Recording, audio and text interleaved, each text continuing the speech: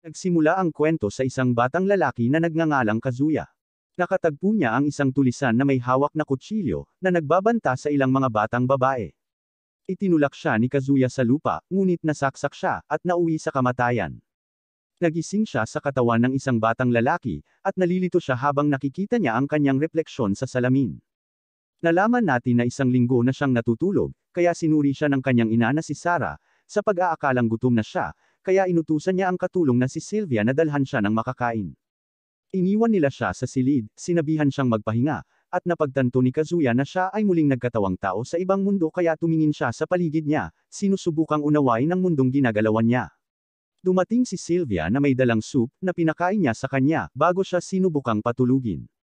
Sinagot ni Sylvia ang kanyang mga tanong, at nalaman niya na siya ay isang 3 taong gulang na batang lalaki na nagngangalang Cain. Siya ang pangatlong anak ng isang mataas na ranggo na may pangalang Garm, na mayroong hukbo na nagpoprotekta sa kaharian ng Esford laban sa mga dayuhang mananakop. Siya ay nasa sabik, habang nalaman niyang nakatira siya ngayon sa isang mundo kung saan ang mga adventurer ay gumagamit ng mga espada at magic para talunin ang mga halimaw. Gusto niyang matuto ng magic, ngunit sinabi sa kanya ni Sylvia na kailangan muna niyang matutong magsulat, kaya nagsimula siyang mag-aral, gustong mabuhay sa mundong iyon. Nang maglaon, nagulat ang kanyang pamilya nang malaman niyang natuto na siyang bumasa at sumulat. Idinagdag pa ng kanyang kapatid na si Rain, na kaya pa nga niyang mag-math, kaya naisip nilang henyo siya, pero isa lang talaga siyang high school na nakastock sa katawan ng 3 taong gulang na batang lalaki. Nagtataka sila kung bakit interesado na siyang mag-aral, dahil tila ibang tao na siya, at ipinaliwanag ni Cain na gusto lang niyang matutunan ang lahat ng kanyang makakaya tungkol sa mundo. Sinusuportahan siya ni Garm, na sinasabi na makakatulong ito sa kanya na maging isang matagumpay na tao, at pinapayagan siyang magbasa ng mga libro tungkol sa magic at kasaysayan. Natutuwa si Sarah na malaman na interesado siya sa magic, pero hindi pa nila naiisip na handa siya para doon, masyado pa raw siyang bata para gumamit ng magic, kaya dapat ay pag-aralan na lang muna niya ang mga libro. Gayunpaman, napagtanto ni Cain na maaari na niyang gamitin ang magic, ngunit nahihirapan siyang kontrolin ito, at sinubukan niyang itago ito sa lahat ng nakapaligid sa kanya. Napagtanto ni Rain na nag-aaral siya tungkol sa labas ng mundo, kaya itinuro niya sa kanya ang tungkol sa 300 taon na kasaysayan ng kaharian, gayon din ang iba't ibang lahi sa mundo. Pagkaraan ng 2 taon, dumating na ang araw ng binyag ni Cain, at sumakay sila sa isang karwahe habang papunta sila sa venue. Masaya si Cain na makita ang labas ng mundo, na hinihiling sa kanyang kapatid na babae na ipakita sa kanya ang kanyang mga istatistika pagkatapos na dumaan sa ritual. Kaya binuksan ni Rain ang window ng kanyang status, at nalaman ni Cain na maaaring gumamit si Rain ng 3 uri ng elemental magic. Ibinunyag ni Sarah na si Rain ay nabigyan ng level 2 na blessing ng Diyos ng magic, na lubhang kapaki-pakinabang dahil tinutukoy nito kung gaano karaming magic ang kailangan para ma-activate ang isang spell, at naaapektuhan pa nito ang mga kasanayan. Ipinaliwanag nila na ang pagpapala ay umaakyat sa level 5, at ibinibigay ito ng isa sa 7 haligi na Diyos na kanilang sinasamba, bilang bahagi ng relihiyon ng kanilang kaharian. Dumating sila sa venue kung saan lumuhad sila sa harap ng mga estatwa ng 7 Diyos, at sinimulan ng pari ang seremonya, na humihiling sa mga Diyos na ipakita kay Cain ang landas na kailangan niyang tahakin. Isang matingkad na liwanag ang nagpapaliwanag sa lugar, at si Cain ay agad na dinala sa mundo ng mga Diyos. Siya ay nabigla nang malaman na ang mga Diyos ay naghihintay para sa araw na ito, na tinatawag siyang Kazuya, ng Diyos ng paglikha. Ipinakilala ni Zenom ang kanyang sarili, habang iniisip ni Cain ang kanyang kakaibang hitsura, ngunit alam ni Zenom kung ano ang iniisip ni Cain, dahil siya ay isang Diyos. Ang Diyos ng kamatayan at muling pagsilang, si Lime, ay nagpahayag na ang kanyang kamatayan ay hindi inaasahan. Dahil kung hindi siya nakialam, nadapa sana ang tulisan, at nahuli. Dahil dito ay sumama ang loob ni Cain, dahil namatay siya para sa wala. Ngunit ang Diyos ng Earth ay naantig sa kanyang mabubuting gawa, kaya siya ay muling nagkatawang tao sa bagong mundong ito. Humihingi ng paumanhin si Lime, dahil hindi dapat maalala ni Cain ang kanyang mga alaala sa edad na 3, ngunit sinabi ni Cain sa kanya na okay lang, dahil pinayagan siya nitong magsulat at gumamit ng magic, at maging masaya sa buhay kasama ang kanyang bagong pamilya. Ang Diyos ng Salamangka ay nagustuhan siya, kaya binigay niya ang kanyang basbas. Sumunod si Zenom, at binibigyan siya ng Diyos ng digmaan ng kanyang mga pagpapala, kasama ang kanyang swordsmanship at martial arts. Ang Diyos ng teknolohiya ay nagbibigay din ng kanyang pagpapala, na sinasabi sa kanya na gamitin ang kanyang kaalaman mula sa kanyang nakaraang buhay, upang magpaunlad sa mundo. Ang Diyos ng komersyo ay nagbibigay sa kanya ng mga kasanayan sa paghatol at item box, habang ang Diyos ng Earth ay nagbibigay sa kanya ng ilang natatanging mga kasanayan na magagamit niya kapag siya ay bumalik. Si Zenom ay tumatawa habang pinababalik niya si Cain na may basbas ng lahat ng mga Diyos, at sinabi ng pari na ito ang unang pagkakataon na nakita niya ang rebulto na nagniningning ng ganoong kinang. Gusto ni Garm na makita ang status window ni Cain, sa pag-iisip na katanggap siya ng maraming pagpapala. Pero ayaw ipakita ni Cain sa kanila, dahil iniisip niya na baka may problema ito, kaya tumakas siya na sumasakit daw ang tiyan niya.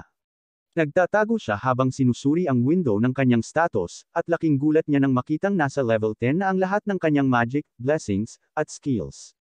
Naisip ni Cain na ang pinakamataas na level ay level 5, kaya iniisip niya kung ano ang iniisip ng mga Diyos nang bigyan siya ng kanilang basbas. Gusto niyang itago ito sa lahat, ngunit napagtanto niya na binigyan siya ni Zenom ng kakayahang itago ang kanyang stats. Pagkatapos nito, nakita natin siya sa hapagkainan kasama ang kanyang pamilya, kung saan pinag-uusapan nila ang liwanag mula sa seremonya ng binyag. Tinanong ni Garm si Cain tungkol sa status niya, kaya ipinakita niya ito sa mga ito, sa pag-aakalang na itago na niya ang status niya, pero nabigla pa rin sila sa mga numero, lalo na sa magic score niya, dahil kahit Palace Mages ay hindi makalapit sa numerong iyon. Sinabi ni Garm na sa kanyang mga kasanayan, siya ay magiging matagumpay kahit na anong trabaho ang kanyang pipiliin, binabalaan si Cain na huwag ipakita ang kanyang window status sa sinuman, dahil siya ay makikita bilang isang banta sa kaharian. Bumalik si Cain sa kanyang silid, iniisip kung ano ang itinuturing na karaniwang mga estatistika. Nakikita niya ang isang libro tungkol sa summoning magic, kaya lumabas siya para ipatawag ang isang malambot na halimaw, ngunit sa halip ay nagpatawag siya ng demonyo. Sinimulan nitong salakayin ang kanyang kapatid na babae, na nagkataong dumaan, at sinubukan niyang atakihin ang demonyo gamit ang isang spell ng apoy, ngunit sinunggaban siya ng demonyo, habang gumagamit siya ng return spell upang maibalik ito. Bumagsak siya sa sahig at nahimatay, ngunit kalaunan ay nagkamalay, at natutuwa nang makitang nakangiti ang kanyang kapatid na babae dahil sa kanyang mga ginawa. Nang maglaon, ipinakita siya sa maraming tao sa panahon ng kanyang debut, kung saan ipinahayag niya na ang kanyang layunin ay maging isang adventurer, at protektahan ang lahat. Sinabi sa kanya ni Garm na kailangan niyang mag-aral ng higit pa upang makamit ang kanyang layunin, na nag-ayos ng isang tutor na tutulong sa kanya. Nakita natin siyang nagbabasa sa kwarto niya, habang iniisip niya kung ano ang magiging tutor niya. Dumating ang mga tutor niya. Ang isa sa mga tutor, si Millie, ay kinakabahang nagpakilala. Habang ang isa, si Nina, ay gumawa ng napakaikling pagpapakilala, at sinabi ni Millie sa kanya na huwag maging bastos sa mga maharlika. Ngunit sinabi ni Cain sa kanila na hindi nila kailangang maging formal kapag nakikipag-usap sa kanya, dahil sila ang kanyang mga tagapagturo, na nagpapagaan sa kanilang pakiramdam. Gusto ni Garm na turuan nila si Cain sa loob ng 3 taon, at agad nilang sinimulan ang kanyang pagsasanay. Tumungo sila sa lugar ng pagsasanay kung saan sinabihan siya ni Millie na subukang gumawa ng ilang swings, ngunit nabigla siya sa kung gaano siya sanay. Nagkomento si Nina na maaaring mas magaling siya kay Millie, na ikinagalit niya, kaya hinamon niya si Cain na makipaglaban. Sinusugod siya ni Cain, at nagpupumilit siyang hadlangan ang mga pag-atake nito. Tinanong ni Nina si Cain kung natanggap niya ang pagpapala ng Diyos ng digmaan, at inamin niya ito habang ipinagpapatuloy niya ang kanyang pakikipaglaban. Umatras si Millie, at sinabing hindi siya magtatagal kung magpapatuloy sila sa ganoong bilis, kaya dapat na niyang simulan ang pag-aaral ng magic mula kay Nina. Inihayag ni Nina na mayroon siyang level 3 na basbas mula sa Diyos ng Magic, na gustong magsimula sa pagtuturo ng mga pangunahing kaalaman, ngunit sinabi sa kanya ni Cain na alam na niya ang mga pangunahing kaalaman, na nagpapakita ng ilang baguhan na level magic upang patunayan ang kanyang punto. Gayunpaman, sinabi ni Nina sa kanya na gumamit lang siya ng enchanted magic, gayong nangangailangan ng matinding pagsasanay para lang paikliin ang mga incantation, kaya napagpasyahan niya na siya ay isang henyo. Ipinunto ni Millie na ginamit pa niya ang lahat ng mga elemento, na sa tingin ni Nina ay imposible, dahil walang sinuman sa mundong iyon ang maaaring gumamit ng lahat ng mga elemento ng epektibo. Inamin ni Cain na mayroon din siyang basbas mula sa Diyos ng Salamangka, na nagpabilib sa kanyang mga tagapagturo. Laking gulat ng kanyang mga tutor, nang mag-alok siya sa kanila ng isang tuwalya mula sa kanyang kahon ng item. Napagtanto nila na si Cain ay sobrang kamangha-mangha, at hindi na nila siya matuturuan sa loob ng mansion, dahil maaari siyang mauwi sa pagsira sa mansyon gamit ang kanyang kapangyarihan. Pumunta sila kay Garm, ipinaliwanag ang sitwasyon habang hinihingi nila ang kanyang pahintulot na sanayin si Cain sa labas ng mansion. Kinabukasan, umalis sila sa mansyon, at inutusan siya ni Nina na gumamit ng intermediate level magic sa isang malaking bato. Kaya gumamit siya ng fire spell na nagpapasabog ng bato, natatangay ang kanyang mga tutor, at nag-iiwan ng malaking butas. Sinabi sa kanya ni Nina na ang spell ay lampas sa intermediate, habang si Millie ay nagtataka kung bakit hindi pa rin siya nakakaramdam ng pagod, na ipinapaunawa sa kanila na mayroon siyang nakakabaliw na halaga ng magic. Isang killer rabbit ang biglang lumitaw, na sumusugod patungo kay Cain, ngunit naiwasan niya ang pag-atake nito, at humarap sa wind magic. Iniimbak niya ang mga labi nito sa kanyang kahon ng item, para maipakita niya sa kanyang pamilya kapag nakauwi na siya. Nais ni Millie na magkaroon siya ng isang magic bag, na gumagana tulad ng isang kahon ng item, ngunit ito ay masyadong mahal para sa kanya upang kayang bayaran. Gumagamit si Nina ng search spell para maghanap ng mas maraming halimaw na hahanapin, na inilalantad ang lokasyon ng mga kalapit na nilalang. Gusto ni Cain na matutunan ang spell kaya binigyan siya ni Nina ng maikling paliwanag tungkol dito, at sinubukan niya ito, na nagpapahintulot sa kanya na makita ang kalapit na nilalang, pati na rin ang uri ng mga nilalang na natuklasan. Tinapos nila ang mga nilalang, ngunit ang isang halimaw ay umatras sa kagubatan habang si Cain ay tumatakbo pagkatapos nito. Pinigilan siya ni Millie, na sinasabi na ang kagubatan ay puno ng malalakas na halimaw na umaatake sa lungsod kada ilang dekada, na nagpapaliwanag kung bakit ito hinaharangan ng matibay na pader. Nang gabing iyon, napagtanto ni Cain na nasa ika-8 antas na siya. Dahil mayroon siyang kasanayan na nagbibigay sa kanya ng 100 beses na karanasan, at sinisisi niya ang mga Diyos sa paggawa sa kanya ng labis na makapangyarihan. Pumunta sila sa Guildhall para maghanap ng quest, ngunit nakatagpo sila ng isang matipunong lalaki, na minamaliit sila dahil sa pagiging D-rank adventurer, nagtatanong sa kanila kung ang kanilang quest ay pag-aalaga ng bata, dahil nakikipaglaro sila sa isang bata. Inutusan niya si Millie na ipagbuhos siya ng inumin, ngunit tumanggi si Millie, at sinabi sa kanya ni Nina na sila ay nasa trabaho. Naiinis siya, kaya hinila niya si Nina habang pinipigilan ng mga kasama niya si Millie. Kinampas ni Cain ang kamay ng lalaki, dahilan para matamba ito sa lupa habang namimilipit sa sakit. Sinubukan ng lalaki na gumanti, ngunit hindi siya kapantay ni Cain, kaya hinugot niya ang kanyang espada, walang humpay na inaatake si Cain na madaling umiwas sa kanyang mga pag-atake. Hinuli ni Cain ang kanyang espada gamit ang 2 daliri, at itinapon siya sa labas. Ang kanyang mga kasama ay nagbanta na papatayin si Millie, ngunit sinusugod sila ni Cain, at inihagis din sila sa labas. Pinasalamatan siya ng kanyang mga tutor, at nagulat si Millie na magaling din siya sa martial arts, ngunit inaangkin niya na pinag-aralan lang niya ito mula sa ilang mga libro. Bumalik sila sa kagubatan kung saan sila nagpatuloy sa kanilang pagsasanay, at pagkatapos ng 3 taon, ang kontrata ng kanyang mga tutor ay malapit ng matapos. Nais niyang pasalamatan ang mga ito sa pagiging mabuti sa kanya, at naalala na gusto ni Millie ng isang magic bag, kaya pumunta siya sa kagubatan upang maghanap ng mga materyales na kailangan para sa bag. Madali niyang natalo ang malalakas na halimaw sa kagubatan, ngunit nakita ng bantay ang mga haligi ng apoy na ginamit niya, at naisip na ang mga halimaw ay naghahanda na muli sa pag-atake sa lungsod. Pinatunog ng gwardya ang alarma, kaya nagtungo si Garm sa kagubatan kasama ang kanyang mga sundalo. Ngunit sa halip na makakita ng mga halimaw, nakatagpo sila ng isang malaking butas. Nakumpleto ni Cain ang huling bahagi ng kanyang pagsasanay, at binigay niya sa kanila ang mga magic bag na ginawa niya. Sinabi niya sa kanila ang tungkol sa mga halimaw na natalo niya, at nalaman natin na karaniwang hinaharap ito ng isang party ng A-rank adventurers, ngunit ginawa niya ito ng mag-isa. Sinabi ni Cain sa kanila na ang mga magic bag ay maaaring maglaman ng isang buong mansyon, at sila lamang ang makakahawak dito, ngunit sinabi nila sa kanya na ito ay ituturing na lampas sa isang item sa National Treasure level. Ngunit nagpaalam sila sa isa't isa, sinabing lahat sila ay masaya sa karanasan.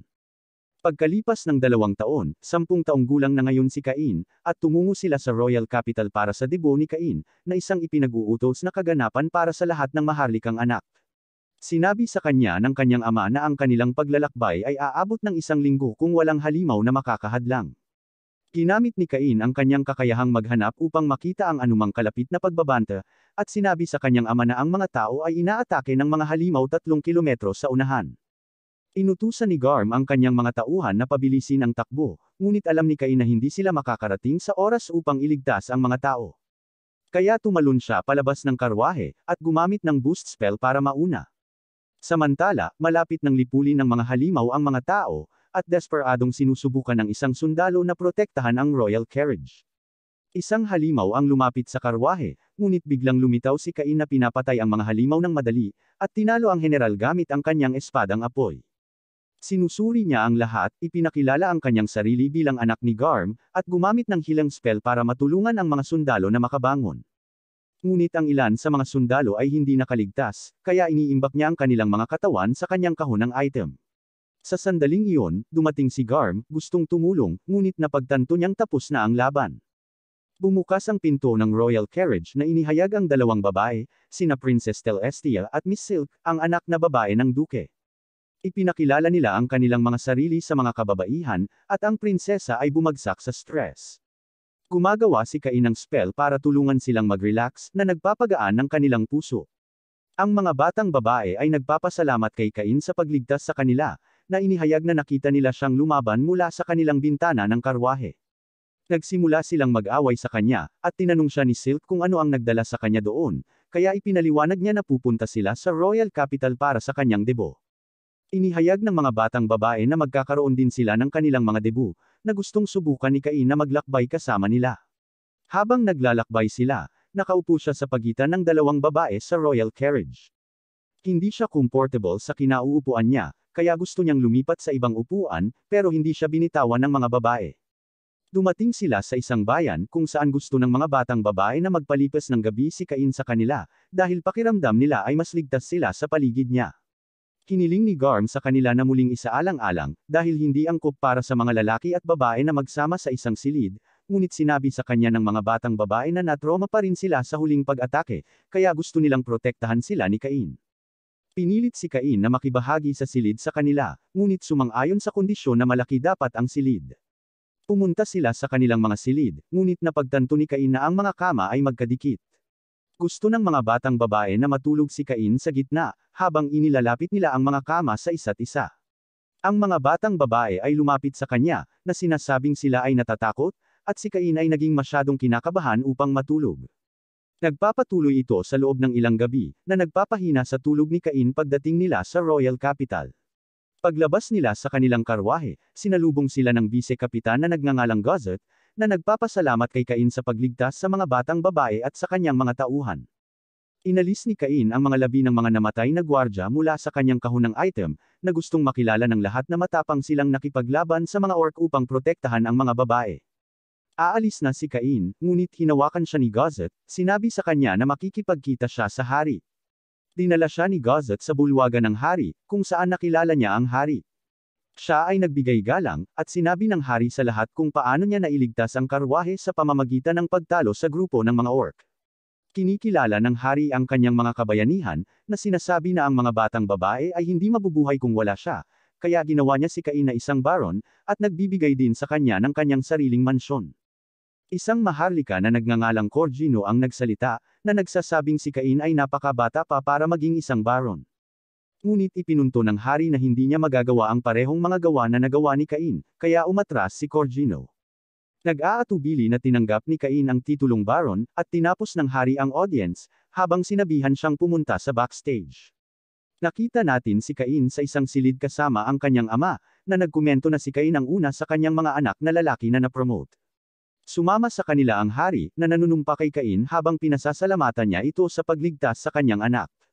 Hindi comfortable si Cain na makita silang nasa ganoong posisyon, na hinihiling sa kanila na itaas ang kanilang mga ulo, ngunit nadama ng hari na kailangang pasalamatan si Cain bilang isang ama. Sinabi sa kanya ng hari na dahil mahusay siya sa magic at espada, at mayroon pa siyang pagpapala ng mga Diyos, hindi kayang iwanan ng kaharian ang ganoong katalented na bata sa sarili niyang paraan, kaya naman binigyan niya ng titulong baron, na hiniling din na pakasalan niya si Prinsesa Celestia, habang gusto rin ng duke na pakasalan niya ang kanyang anak.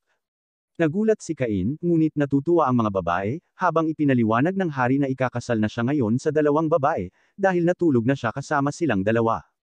Ngunit nalaman natin na lahat ito ay bahagi ng kanilang plano na panatilihin si Cain sa kaharian.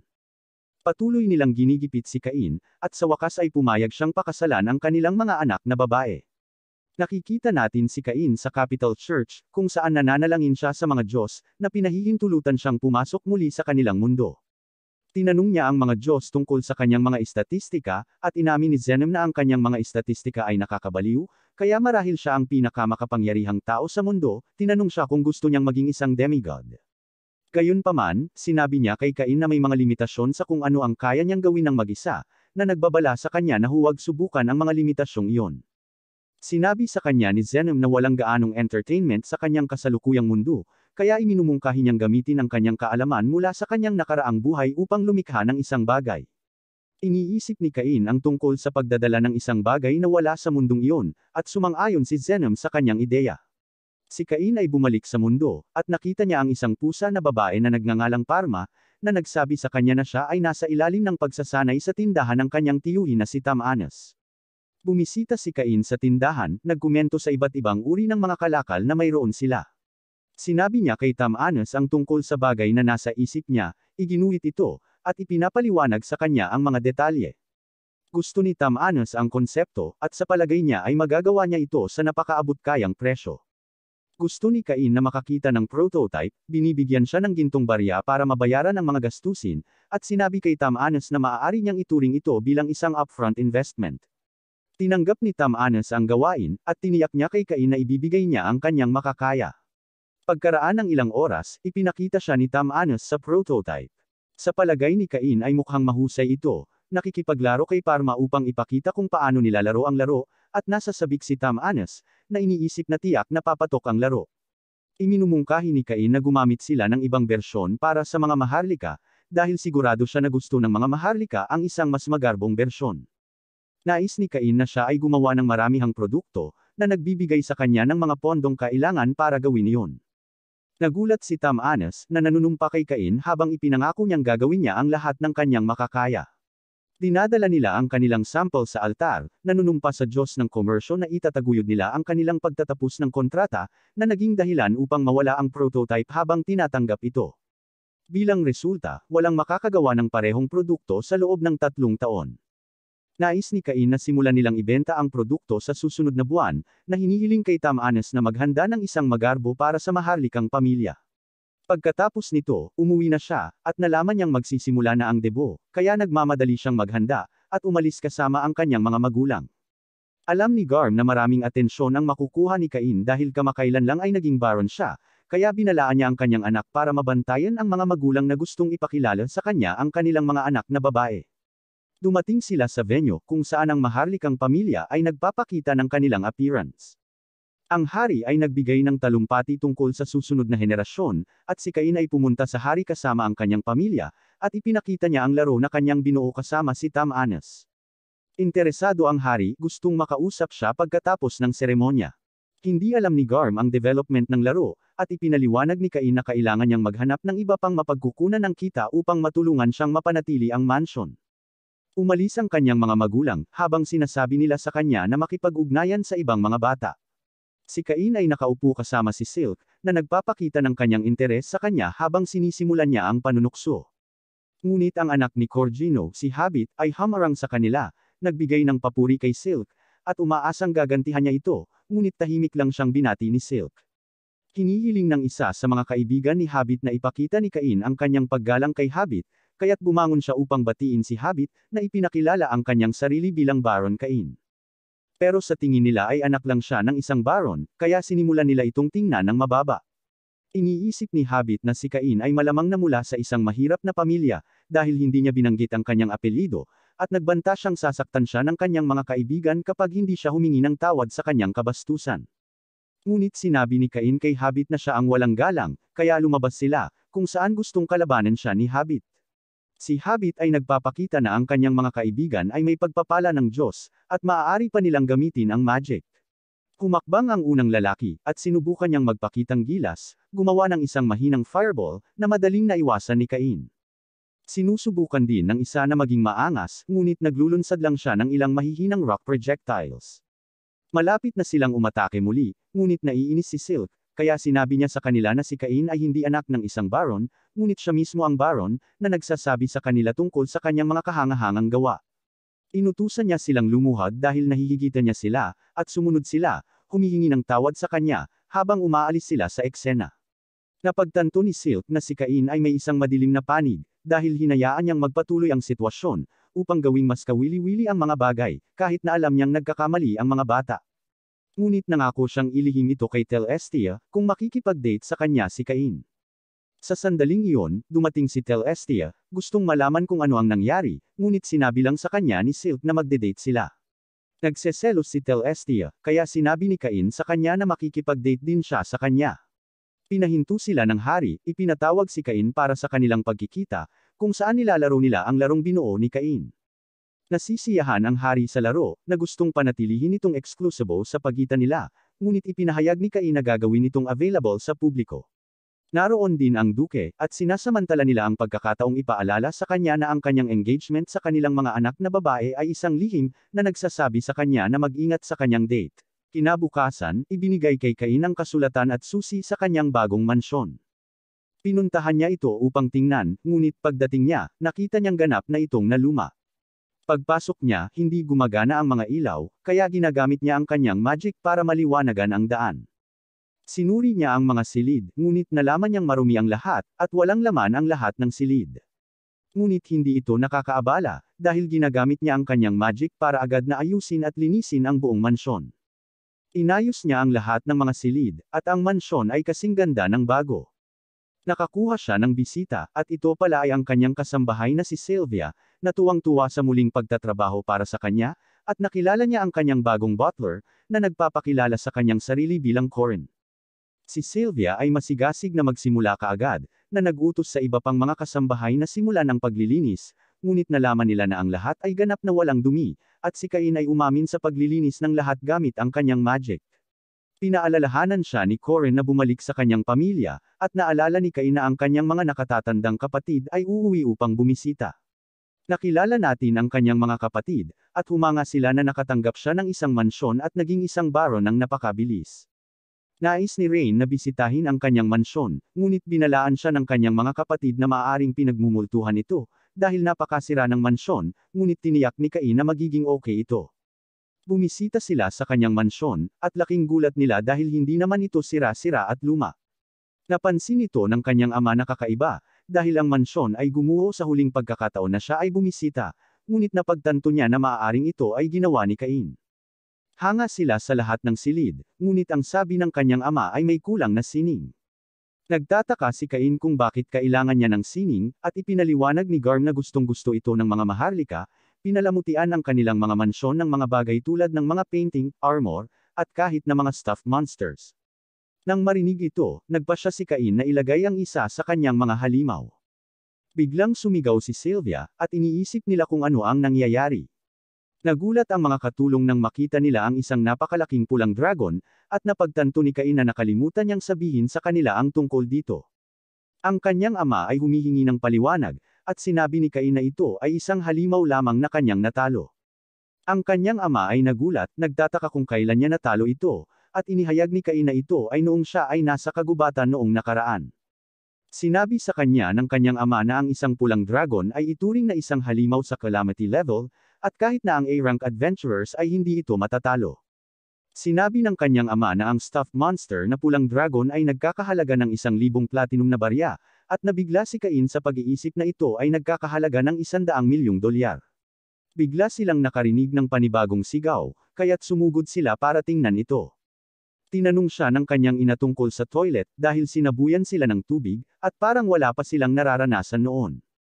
Ipinaliwanag ni Cain na ginamit niya ang kanyang magic para mag-shoot ito ng tubig, at hiniling sa kanya ni Rain na maglagay ng isa sa kanilang bahay.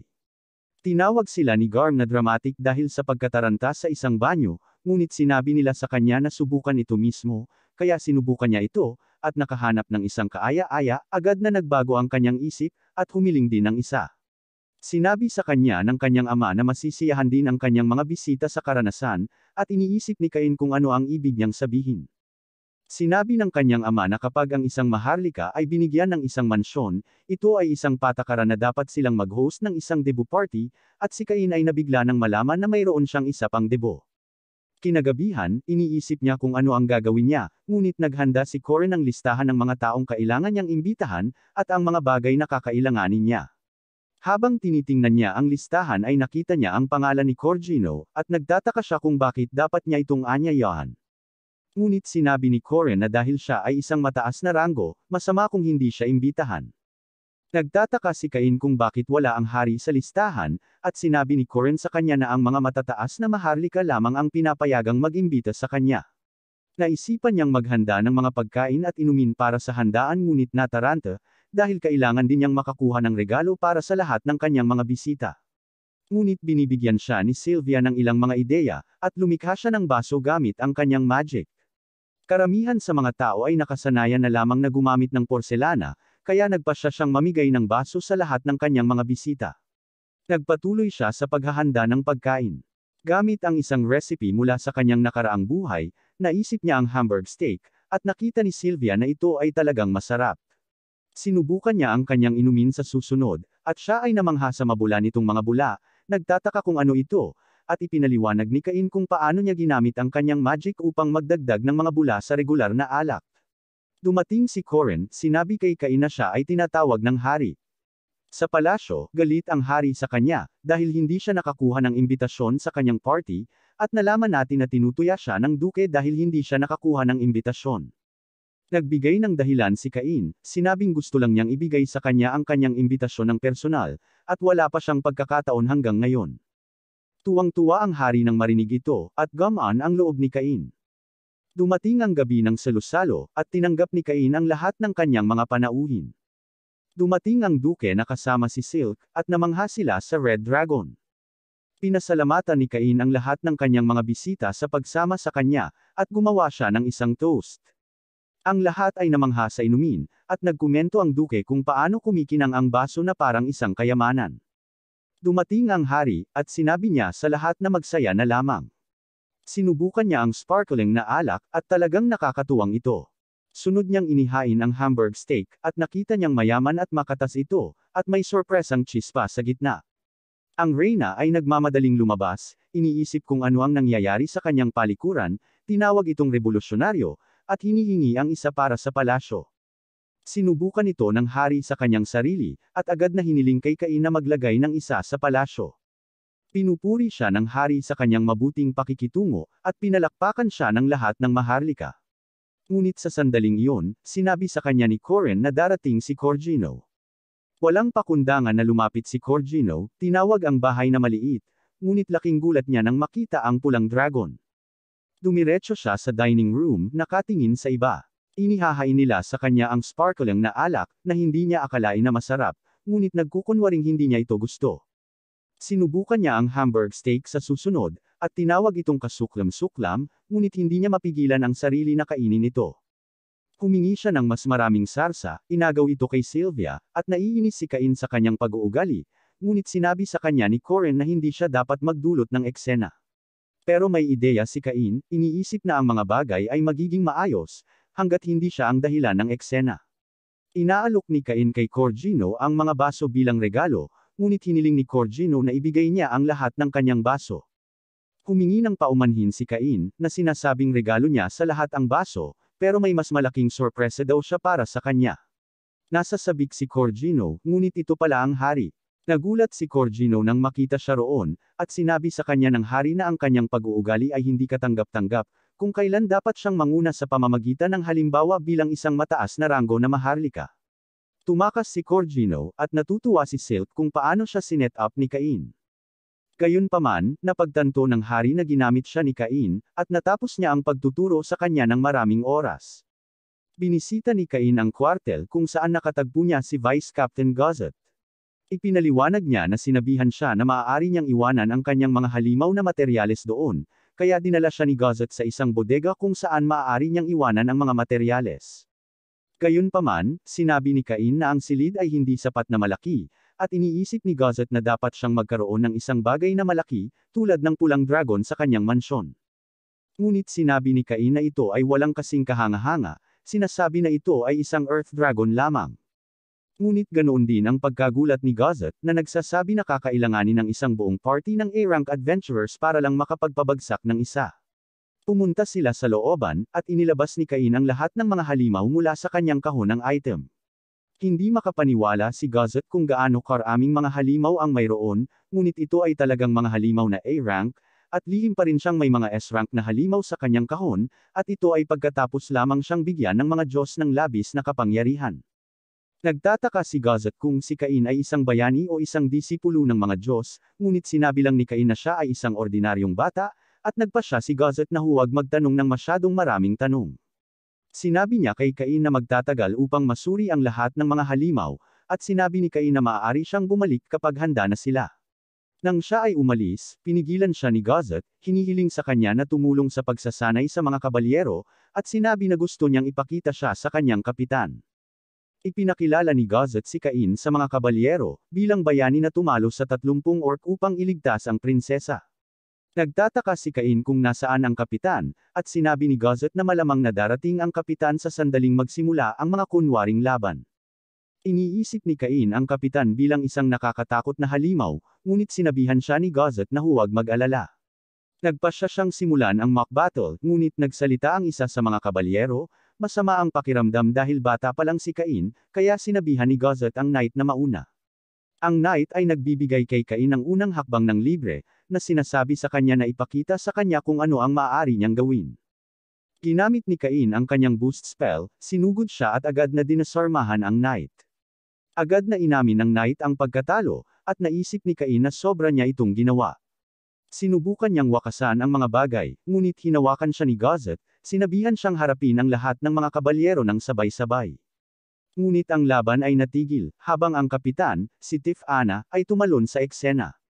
Nagtataka siya kung bakit ang kanyang knights ay nambubuli ng isang bata, niyayakap si Cain, at sinasabi sa kanya na ang lahat ay magiging okay, na iniisip na siya ay isang nawawalang bata na gumala. Humingi siya ng paliwanag mula kay Gazet, at ipinaliwanag niya na si Cain talaga ang bayani na tumalo sa 30 orcs. Nang marinig ito, agad na nagbago ang ekspresyon ni Tif-Ana, dahil nasasabik siyang makilala siya, at nakipagduel siya. Sinabihan siya ni Gazet na magpakilala muna, ngunit sinabi niya na makikilala nila ang isa't isa gamit ang kanilang mga espada. Iniisip ng mga kabalyero na kahit si Cain ay walang pagkakataon, dahil si Tif-Ana ay may titulong Master Swordsman. Naghahanda silang lumaban, ngunit sinabi ni Cain na mayroon lamang siyang espadang kahoy, ngunit inaatake pa rin siya ni Tif-Ana. Ginagamit niya ang kanyang boost skill, sumusugod kay Cain, at ang dalawa ay nagpalitan ng mga pag-atake. Laking gulat ng mga kabalyero nang makitang nakikisabay si Cain sa kapitan. Ang dalawa ay tila magkatugma, ngunit mas pinalakas ni Cain ang kanyang bilis, na napunta sa likod ng kapitan, at nanalo sa tunggalian. Naging emosyonal si Tif-Ana sa resulta, at agad na nagpa siya na pakasalan niya ito. Nagulat ang lahat, at sinabi ni Cain na masyadong maaga dahil 10 taong gulang pa lang siya, at wala man lang siyang alam tungkol sa kanya, kaya nagpakilala si Tif-Ana. Bukod sa pagiging kapitan ng Royal Knights, siya ay isang honorary viscount at anak ng duke mula sa Northern Forest. Sinabi niya sa kanya na huwag mag-alala tungkol sa edad, dahil siya ay isang elf, na mabubuhay ng hindi bababa sa 300 taon, kaya ang kanyang hitsura ay hindi magbabago ng mahabang panahon, ngunit naisip ni Cain na hindi iyon ang problema. Nagtago si Cain sa likod ni Gazet, at sinabing malaking desisyon ang kasal, at hindi sila basta-basta makakapagdesisyon ng mga bagay ng mag-isa, lalo na't engaged na siya kina Telestia at Silk. Umiiyak siya para sa tulong ni Gazet, ngunit nagkunwari lang siyang natutulog. Sumang-ayon si Tif-Ana na hindi sila makapagpapasya ng mga bagay sa kanilang sarili, kaya sinabi niya kay Gazet na makipag-usap sa hari. Ngunit naisip ni Cain na ang pagsasabi sa hari ay isang kahilahilakbot na ideya, ngunit wala siyang pagpipilian, at kinaladkad kasama sila. Nakipagpulong sila sa hari, na nagtataka kung bakit dumalaw si Cain. Inanunsyo ni Tif-Ana na gusto niyang pakasalan si Cain, at tinanong ng hari kung ano ang nangyari. Ipinaliwanag ni Cain na natalo niya si Tif-Ana sa isang tunggalian, at iyon ang naging dahilan ng pag-propose nito sa kanya. Tinanong siya ng hari kung nasabi na niya sa kanya ang tungkol sa iba pa niyang engagement, ngunit sinabi ni Cain na hindi niya magawa, dahil ito ay sinadya upang maging isang lihim. Ipinaliwanag ng hari na dati ay kinikidnap ang mga elf, at inalipin dahil sa kanilang kagandahan, ngunit ang kanilang unang hari, ay nagbago ng mga bagay at nakipagkasundo sa mga elf. Ang bansa ng elf ay kinuha at inilagay sa ilalim ng proteksyon ng kaharian, at ipinahayag niya na si Tif-Ana ay mahalagang prinsesa nila. Sinabi ng hari kay Tif-Ana na nakipag-engage na si Cain kina Telestia at Silk. Tila nadismaya siyang malaman ito, ngunit nang magsimula itong humingi ng tawad, sinabi ni Tif-Ana na lalo lang siyang gusto nito. Kinikilala ng hari ang kanyang damdamin, ngunit sinabi sa kanya na kailangan niyang magsulat ng isang liham sa kanyang ama upang makuha ang kanyang pahintulot. Umalis si Tifana para isulat ang kanyang liham, ngunit kinaladkad si Cain palayo, para makapaglaban pa sila. Pagkaalis nila, nagulat ang hari na nagawang talunin ni Cain si Tifana, at iniisip niya kung paano siya nagiging napakalakas sa murang edad. Binanggit ni Gazet ang reaksyon ni Cain nang tanungin niya kung siya ay isang disipulo ng mga Diyos, at iniisip ng punong ministro na dapat nilang subukan siya, sa pamamagitan ng paggamit ng isang partikular na aklat. Pagkalipas ng ilang araw, si Cain ay pagod, at muli niyang nakasalubong si Gazet, na nagtanong sa kanya kung bakit siya mukhang pagod na pagod. Ipinaliwanag ni Cain na pinipilit siya ni Tifana sa hindi mabilang na mga date, na talagang silang dalawa lang ay naglalaban. Pinasalamatan siya ni Gazet sa pagtulong kay Tifana na lumakas, at ipinahayag ni Cain na nakuha rin niya ang titulong Master Swordsman. Bigla nilang narinig ang boses ni Tifana, at sinubukang tumakbo ni Cain, ngunit hinila siya ni Gazet palayo, na nagsasabing gusto siyang makita ng hari. Iniisip ni Cain na siya ay nasa problema, ngunit ipinakita sa kanya ng hari ang isang libro na naglalaman ng Emperor-level magic, na ipinasa sa maharlikang pamilya, na sinasabing isinulat ng unang hari. Sinuri ito ni Cain, at namangha nang makitang may isa pang level ng magic. Ngunit ibinunyag ng hari na walang nakakabasa ng libro, dahil nakasulat talaga ito sa Japanese. Napagtanto ni Cain na nagkamali siya, iniisip na ang unang hari ay maaaring isa rin na muling nagkatawang tao mula sa Japan. Nagtanong ang hari tungkol sa pagkakakilanlan ni Cain, at napagtanto niyang hindi na niya maitatago ang katotohanan ng mas matagal, kaya ipinaliwanag niya kung paano siya muling nagkatawang tao kasama ang mga alaala ng kanyang nakaraang buhay. Nagtataka si Garm kung siya ba talaga ang anak niya, at sinabi ni Cain na siya nga, dahil sinabi sa kanya ng mga Diyos na iyon ang nangyari. Nagulat ang lahat nang marinig niyang nakilala niya ang mga Diyos, at naalala niya kung paano niya nakilala ang 7 Diyos sa kanyang binyag. Hindi makapaniwala ang hari na nakilala niya ang lahat ng 7 Diyos, at hiniling nila sa kanya na ipakita ang kanyang stats. Binuksan ni Cain ang kanyang totoong status window, na ikinagulat ng lahat, nang makita nila ang kanyang level 10 na mga pagpapala, at ang kanyang titulo ay God's Chosen. Iniisip ng hari na sa kanyang titulo bilang God's Chosen, lahat ng tao sa mundo ay yuyuko sa kanya. Pero ayaw mangyari ni Cain, dahil masaya daw siya sa mga nangyayari sa buhay niya, sa mga adventures niya, at sa mga taong nakilala niya, kaya gusto niyang tretuhin na lang siya ng mga ito tulad ng dati. Pumayag ang hari sa kanyang mga kahilingan, ngunit nagbiro na maaari siyang maging hari kung gusto niya. Pinutol ni Tifana ang pagpupulong, ibinunyag ang liham mula sa kanyang ama, pumayag na pakasalan niya si Cain, kaya hinawakan niya si Cain at dinala siya, dumiretso sa courtyard. Samantala, inutusan ng hari ang lahat na ilihim ang kanilang nalaman tungkol kay Cain, umaasa na patuloy niyang protektahan ang bansa, gayon din ang kanilang mga tao. Maya-maya, nakita natin sina Telestia at Silk pagkatapos nilang malaman ang tungkol sa engagement niya kay Tifana.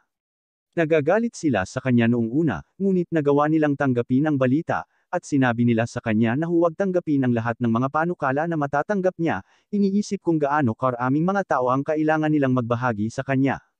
Si Tifana ay dumating at hinahanap siya, na gustong ibahagi ang kanilang pag-ibig, at ang mga babae ay nagtataka kung ano ang ginagawa niya sa kanya. Ngunit siya ay kinakaladkad, habang sinusubukan niyang ipaliwanag ang kanyang sarili. Nang maglaon, tumingin muli si Cain sa aklat ng unang hari, at mayroong isang mensahe na nagsasabing kung nababasa niya ang libro, sigurado na siya ay mula rin sa ibang mundo, kaya ito ay isang talaan ng kanyang sariling karanasan. Ipinakilala ang hari bilang si Yuya Esford, isang lalaki na namatay din sa isang aksidente, ngunit siya ay ipinatawag sa mundo sa kanyang orihinal na katawan. Si Cain ay biglang nag-ambala, habang sina Telestia at Silk ay nagtataka kung ano ang kanyang ginagawa. Iniisip nila na siya ay dapat na nag-aaral para sa mga pagsusulit sa pagpasok sa academy, at hinihiling nilang mag-aral kasama niya. Ngunit sinabi niya sa kanila na siya ay masyadong abala, kaya tinanong nila siya tungkol sa susunod na araw. Ngunit sinabi niya na iyon ay lalong hindi pwede at mas masahol pa para sa kanya, at siya ay mabilis na tumakas. Gayunpaman, napunta siya kay Tifana, na humiling sa kanya na makipaglaban sa kanya sa susunod na araw, ngunit humingi siya ng tawad sa kanya, at tumakas din sa kanya. Kinabukasan, ito na pala ang kanyang 12 na kaarawan, at sa wakas ay nasa hustong gulang na siya para magparehistro bilang isang adventurer, kaya dumiretso siya sa guild. Tumingin siya sa paligid, at humanga siya sa guild ng kabisera. Nakatagpo siya ng isang adventurer, na makakapagsabi na first time niya ito, kaya pinaalalahanan niya itong manatiling ligtas, dahil iisa lang ang buhay niya. Habang papaalis siya, naramdaman ni Cain na nakita na niya siya dati. Pumunta siya sa counter, at ipinakilala ng clerk ang kanyang sarili bilang Tia. Hiniling ni Cain na magparehistro bilang isang adventurer, at sinabi niya sa kanya na punan ang isang form. Habang pinupunan niya ito, iniisip niya kung dapat ba niyang banggitin na siya ay isang baron, ngunit nagpasya siyang hayaan na lang ito, sa pag-iisip na hindi ito dapat gumawa ng pagkakaiba. Matapos itong punan, sinabihan siya ni Tia na maglagay ng isang patak ng kanyang dugo sa kristal, para makapagrehistro siya para sa kanyang guild card. Sinabi niya sa kanya na magsisimula siya sa G rank, at iniisip niya ang tungkol sa kanyang mga tutor, na nagbanggit na sila ay nasa D rank. Habang ipinapaliwanag ni Tia ang mga bagay-bagay sa kanya, sumabad ang ilang adventurer, na nagsasabi sa kanya na ihinto ang pag-aaksaya ng kanyang oras sa isang bata. Sinabihan ng lalaki si Cain na umuwi sa kanyang ina, sinusubukang sipain siya, ngunit madaling umiwas si Cain. Sinubukan din umatake ng kaibigan niya, pero iniiwasan din siya ni Cain. Ginawa niya sila na parang isang tanga, at ang lalaki ay naghahanda upang bumunot ng kanyang espada, ngunit ang mga bagay ay natigil, habang ang may pulang buhok na adventurer mula kanina ay lumitaw, at ang lalaki ay kinikilala siya bilang Claude, mula sa Ice Flame Party. Tinanong ni Claude kung gusto niyang lumaban, at sa halip ay tumakbo ang mga lalaki. Nagpasalamat si Cain kay Claude sa kanyang tulong, at masasabi ni Claude na malakas siya, na nakita ang paraan ng pag-iwas niya sa mga pag-atake ng mga lalaki. Sabay silang nag-iinuman, at si Cain ay nakakakuha ng juice dahil siya ay bata pa. Interesado si Claude kung gaano siya kalakas sa ganoong edad, at sinabi sa kanya ni Cain na tinuruan siya noong bata pa siya. Tinanong siya ni Cain kung bakit binanggit ng mga lalaki ang Ice Flame, at inihayag ni Claude na ito ang pangalan ng kanyang partido, kung saan nakikipaglaban siya gamit ang isang nagninangas na espada, at ang kanyang asawa ay gumagamit ng ice magic. Inirerekomenda niya si Cain na maghanap ng isang party, upang siya ay makakuha ng mas malalaking quests at mas mabilis na mag-rank up, na inihayag ang kanyang gold card, na nangangahulugan na siya ay isang A-rank adventurer. Humanga si Cain nang makita ang card, ngunit sinabi ni Claude na may puwang upang mapabuti, na binanggit na ang unang hari ay triple S rank, at ang kanyang card ay kulay itim. Biglang natamaan si Claude, biglang sumulpat ang asawang si Lina. Nagtataka siya kung bakit siya umiinom, at ipinakilala ni Cain ang kanyang sarili, na sinasabing iniligtas siya ni Claude. Nakikita niyang cute siya, nag-aalok pa nga na tulungan siya kung mapapahamak pa siya. Ngunit kinaladkad niya si Claude, sinabing kailangan nilang magpatuloy sa kanilang quest. Sinuri ni Cain ang quest board, at nakita ang isa para sa transport and cargo. Sa palagay niya ay magiging madali ito sa kanyang kahon ng item, ngunit nagpasya siya na gusto niya ang isang pakikipagsapalaran na kinabibilangan ng pagtalo sa mga halimaw. Nakahanap siya ng pakikipagsapalaran upang talunin ang mga goblins, at walang limitasyon sa kung ilan ang maaari niyang talunin, kaya sa tingin niya ito ang perpektong unang pakikipagsapalaran para sa kanya. Ngunit bigla siyang tumakbo kay Tiff Anna, at ipinaliwanag ni Gazet na pupunta sila para magsanay kasama ang knights. Nagtataka si Tiff Anna kung ano ang ginagawa niya, at sinabi ni Cain na pupunta siya sa kanyang unang quest bilang isang adventurer. Nagpasya si Tiff Anna na sumama sa kanya, sinabing hindi niya dapat makaligtaan ang unang pakikipagsapalaran ng kanyang asawa, at iniwan niya ang training exercise kay Gazet. Sinubukan ni Cain na tumakbo, ngunit hinawakan siya ni Tiff Anna at kinaladkad. Nagtungo sila sa kagubatan, at nasiyahan si Tiff Anna sa kanyang oras kasama siya, kinakaladkad siya, at iniisip kung nasaan ang mga goblins. Ginamit ni Cain ang kanyang kasanayan sa paghahanap, nakita ang mga goblins sa unahan, at nakakita sila ng isang lalaki na napapalibutan ng mga goblins. Mabilis silang sumugod sa lalaki, at pinagaling siya ni Cain gamit ang kanyang salamangka. Sinugod ni Tiff Anna ang mga goblins, madali silang pinutol, ngunit mas marami pang goblins ang lumilitaw. Ginagamit ni Cain ang kanyang salamangka para palakasin ang kanyang lakas, at pakiramdam niya ay nakikipaglaban sila bilang isa. Madali niyang pinutol silang lahat, ngunit may isang higanteng goblin na lumitaw. Ngunit salamat sa magic ni Cain, hindi ito tugma para sa kanya, at pinutol niya ito sa kalahati. Nagsimula siyang managinip tungkol sa kanilang kasal, hiniling kay Cain na purihin siya, ngunit biglang may mga berdeng butiki na lumitaw. Sinabi sa kanya ni Cain na lumayo kasama ang lalaki, na sinasabi sa kanya na ipaubaya ang mga ito sa kanya. Ginagamit niya ang kanyang light spell para bulagin sila, at pagkatapos ay isinunod niya ang kanyang haligi ng yelo. Lumilitaw ang mga naglalakihang haligi ng yelo, at nagtataka ang lalaki kung ano ang nangyayari, ngunit alam ni Tifana na makapangyarihan lang talaga si Cain. Maya-maya, nakita natin ang mga tutor ni Cain habang sinisiyasat nila ang mga berdeng butiki, ngunit isang malaking butas na lang ang naiwan. Nagulat si Cain sa guild, at iniisip niya kung maaari niyang ibigay ang mga berdeng butiki, kahit na hindi niya kinuha ang quest. Nagulat si Tia nang marinig ito, dahil ang isang berdeng butiki na quest ay karaniwang C-rank, at inihayag ni Cain na natalo niya ang 30 sa kanila.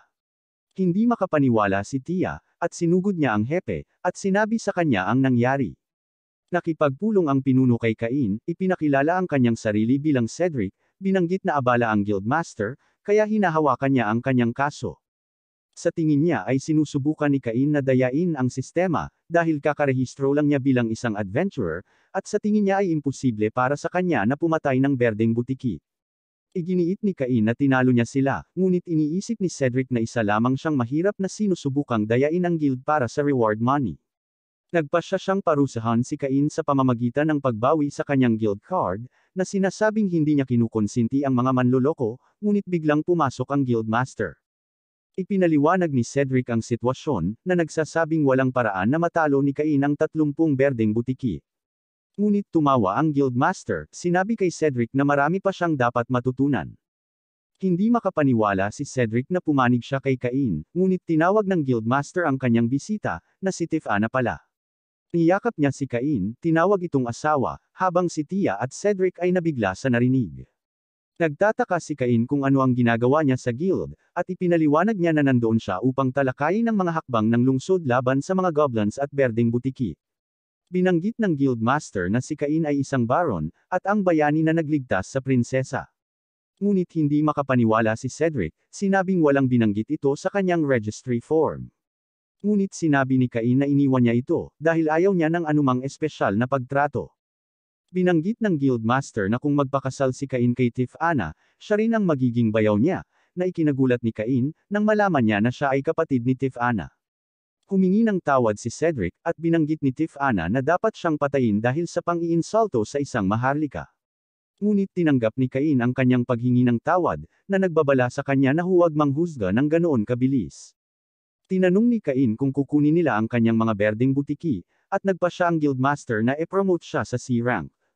Ngunit sinabi ni Tifana na hindi ito sapat, binanggit kung paano siya mas malakas kaysa sa kanya, at natalo pa ang isang pulang dragon noong siya ay 10 taon, kaya nagpa siya ang guildmaster na gawin siyang A-rank sa halip, bagamat binanggit niya na kakailanganin ni Cain na sakupin ang ilang bandits. Hindi makapaniwala sina Tia at Cedric na siya ay na-promote sa A-rank sa isang araw, at sinabihan sila ng guildmaster na hawakan ang mga papeles. Pagkaalis nila, humingi ng tawad ang guildmaster sa inasal ni Cedric, ngunit sinabihan siya ni Cain na huwag mag-alala. Inamin ng guildmaster na nag-alala siya nang marinig niyang nakipagtipan ang kanyang kapatid, ngunit gamaan ang loob niya matapos siyang makilala, at sinabihan niya itong alagaan ang kanyang kapatid. Samantala, nakikita natin ang mga Diyos na nanunood sa kanya, tumatawa sa lahat ng gulo na idinudulot niya. Nagtataka sila kung ito ay isang pagkakamali na palakasin siya, ngunit sinabi ni Zenom na kailangan niyang magpalakas pa, na nagpapakita na ang isang nilalang na pinangalan ng Aaron ay malapit nang makawala mula sa kanyang selyo. Siya ay sinelyuhan 300 taon na ang nakalilipas, at ang mga Diyos ay natatakot kung ano ang mangyayari kapag siya ay nakalaya. Kaya sa tingin nila ay kailangan pang lumakas ni Cain, iniisip na kailangan niyang magsanay kasama ang isang master para maabot ang susunod na level. Bumalik sa palasyo, hiniling ng mga batang babae na mag-aral muli kasama niya. Ngunit biglang pumasok si Tifana, sinabing nag-enjoy siya sa kanilang date sa kagubatan, at dapat silang pumunta sa beach sa susunod. Kaya't napagtanto ng mga batang babae na tinanggihan niya sila noong isang araw, para lamang makipag-date kay Tifana. Sinabi nila sa kanya na kailangan niya rin silang isama sa mga date, at ang tanging magagawa niya ay humingi ng paumanhin sa kanila. Nakita natin si Cain sa kama, habang pumasok si Sylvia, humihingi ng tawad dahil nakalimutan niya itong gisingin, at nalaman natin na ngayon ang araw ng kanyang mga pagsusulit sa pagpasok sa academy. Si Cain ay nagmamadaling lumabas ng pinto, habang si Sylvia ay patuloy na humihingi ng tawad. Ngunit sinabi niya sa kanya na huwag mag-alala, dahil hindi siya mahuhuli. Paglabas niya, gumamit siya ng teleportation spell para makarating sa akademya. Nag-check-in siya para sa pagsusulit, at binigyan siya ng direksyon sa kanyang silid. Habang siya ay tumungo, nakita niyang kakaiba na walang nakikilalang sinuman sa listahan. Pagdating niya sa kwarto, iniisip niya kung sa ibang kwarto ba nag-e-exam sina Celestia at Silk. Pumasok ang examiner, at sinabi sa kanila na mayroon silang 2 oras upang tapusin ang pagsusulit, na nagbabala sa kanila na ang sinumang manloloko ay agad na aalisin. Nagsisimula ang pagsusulit, at ito ay mga pangunahing kasanayan sa matematika at pagsulat, na nakita ni Cain na madali, salamat sa kanyang kaalaman mula sa kanyang nakaraang buhay. Sa panahon ng pagsusulit, nakita siya ng examiner na nagre-relax, ngunit sinabi niyang tapos na siya, na ikinagulat niya dahil 30 minuto pa lang. Pagkatapos ng pagsusulit, sinabihan sila na lilipat sila sa magic assessment, na nagpa-excite kay Cain. Lumabas sila sa looban, at sinabi sa kanila ng tagasuri na dapat nilang gamitin ang kanilang pinakamalakas na spell sa target. Nagtataka si Cain kung magiging okay na gamitin ang kanyang buong kapangyarihan, at sinabi sa kanya ng tagasuri na ang lugar ay protektado ng isang defensive barrier, kaya maaari niyang gamitin ang anumang magic na gusto niya. Nakita natin ang isang batang lalaki habang siya ay nagsimulang mag-chant, at lumikha ng isang bolang apoy, ngunit ito ay napakahina kaya nagulat si Cain. Ang isa pang estudyante ay pumunta, at siya ay kasing mahina, na nagpapaunawa kay Cain na ito ang level ng karamihan sa mga 12 taong gulang. Siya ay nagpaplano na gamitin ang kanyang Inferno spell, ngunit napagtanto na marahil ay isang masamang ideya. Nang turn na niya, gumawa siya ng bowl ang apoy na nagiging asul, at gumamit ng fire bullet spell, ngunit nauwi ito sa isang malaking pagsabog, na sumasabog sa dingding. Mayroong napakalaking pinsala sa lugar, at si Cain ay nalilito, dahil gumamit lamang siya ng isang spell ng beginner level. Hindi makapaniwala ang examiner sa kanyang mga nakita, habang sinusubukang ipaliwanag ni Cain ang kanyang sarili. Sinusuri ng examiner ang lugar, at sinabihan silang magpatuloy sa kanilang pagsusulit sa swordsmanship. Lumipat sila sa ibang bahagi ng akademya, kung saan ipinakilala ng tagasuri ang ilang A-rank adventurer, na naroon upang tumulong sa pagtatasa sa kanila. Nagulat si Cain nang makita si Claude, na nagtataka kung ano ang ginagawa niya, at ipinaliwanag ni Cain na kumukuha siya ng entrance exam. Gusto ni Claude na maging kalaban niya, ngunit sinubukan ni Cain na tumanggi. Gayunpaman, sinabi ng tagasuri na si Claude ang pinakamataas na ranggo na adventurer, kaya hindi siya maaaring tumanggi. Ang dalawa ay naghahanda upang maglaban, at sinabi sa kanya ni Claude na ipakita sa kanya kung ano ang kaya niyang gawin. Iniisip ni Cain na dapat ay medyo malakas siya dahil siya ay A-rank, kaya ginamit niya ang kanyang boost skill at nagsimulang umatake. Nagsimulang magpalitan ng atake ang dalawa, at hindi makapaniwala ang ibang mga bata kung gaano sila kabilis kumilos. Si Claude ay humanga kay Cain, na sinasabing mas malakas siya kaysa sa iba pang mga examiners. Pero sinabihan siya ni Cain na magdahan-dahan, dahil pagsubok lang ito. Ngunit si Claude ay masyadong nasasabik, gamit ang kanyang sariling kakayahan sa pagpapalakas, at nagsimula silang gumalaw ng mas mabilis. Ngunit ang kanilang paglalaban ay naantala ng sabihin sa kanila ng tagasuri na huminto, na sinasabing tinatakot nila ang ibang mga bata. Iniisip ni Claude na medyo lumampas sila, at nagpa siya na sapat na ito para sa araw na yon. Ngunit sinabi niya kay Cain na dapat silang pumunta sa isang quest ng magkasama minsan, ngunit hindi sigurado si Cain na magandang ideya iyon. Sinabi ng tagasuri na sapat na ang kanyang nakita, at sinabihan si Cain na umuwi at maghintay para sa mga resulta. Bumalik siya sa bahay, at nagtataka si Sylvia kung paano niya ginawa. Sinabi niya na naging maayos ang lahat, at gusto ni Sylvia na magkaroon ng isang party upang ipagdiwang. Masyado pa raw maaga para magdiwang, ngunit kumakalam ang kanyang tiyan, at nagmamadaling umalis si Sylvia para ipaghanda siya ng pagkain. Sa palasyo, nakita natin si Cain habang siya ay tinanong ng hari tungkol sa pinsalang dulot niya. Ipinaliwanag ni Cain kung paano sinabi sa kanya ng tagasuri na magagamit niya ang kanyang buong kapangyarihan dahil may barrier. Pero kahit na beginner magic lang ang ginamit niya, sa halip na ang kanyang bagong emperor level magic, nagdulot pa rin ito ng napakalaking pinsala. Nagulat ang hari na magagamit niya ang emperor level magic, ngunit sinabi ni Cain na hindi siya sigurado kung ano ang mangyayari sa kanyang kapaligiran kung gagamitin niya ito. Nagtatanong kung mayroong kahit saan na maaari niyang pagsanayan, ngunit sinabi nila sa kanya na talagang wala. Tinanong siya ng hari kung saan siya kumuha ng pagsusulit, dahil nagreklamo si Celestia na hindi siya nakita noong pagsusulit. Binanggit ni Cain kung paano siya nag-check-in sa pasukan sa timog, at itinuro sa kanyang silid. Nang marinig ito, tinanong siya ng hari kung bakit may pasukan sa Hilaga at Timog ang akademya, dahilan upang matanto ni Cain ang kanyang pagkakamali.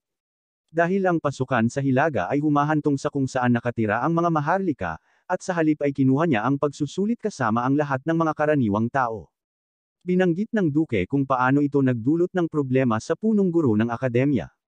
Tulad ng nakikita natin sa isang flashback, ang headmaster ay nagsasabi sa kanya na may problema sa paglabas ng mga resulta. Dahil ang isang karaniwang tao ay nakakuha ng perpektong marka sa written exam, pati na rin ang pagsira sa lugar ng pagsasanay, at pakikipaglaban ng pantay na katayuan sa isang A-rank adventurer.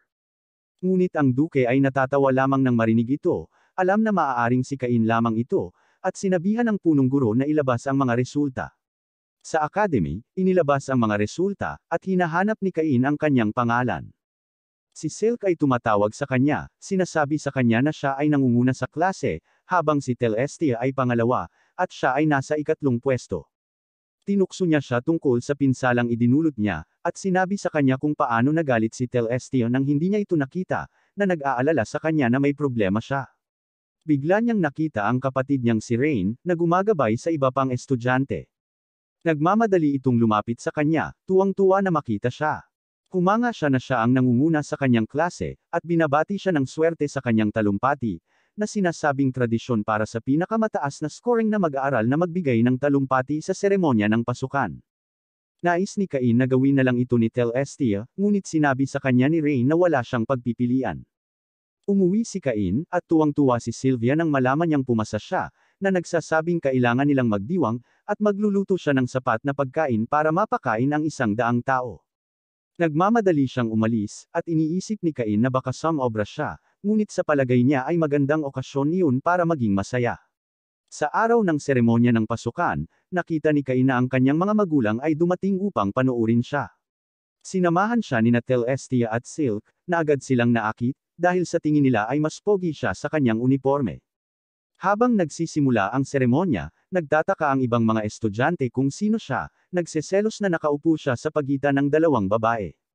Dumating ang mga tawag ng punong guro upang magbigay ng kanyang talumpati, at ipinakilala niya ang kanyang sarili, binanggit kung paano niya nagulo ang kanyang pagsusulit, ngunit umaasa na maging kaibigan ng lahat, umaasang magkakasundo silang lahat, at lahat ng mga estudyante ay nag-cheer para sa kanya. Ang hari ay lumabas upang batiin ang lahat ng mga mag-aaral, na binanggit ang ilang mga hindi regular na estudyante, at si Cain ay nakaramdam na siya ay binabalaan ng hari.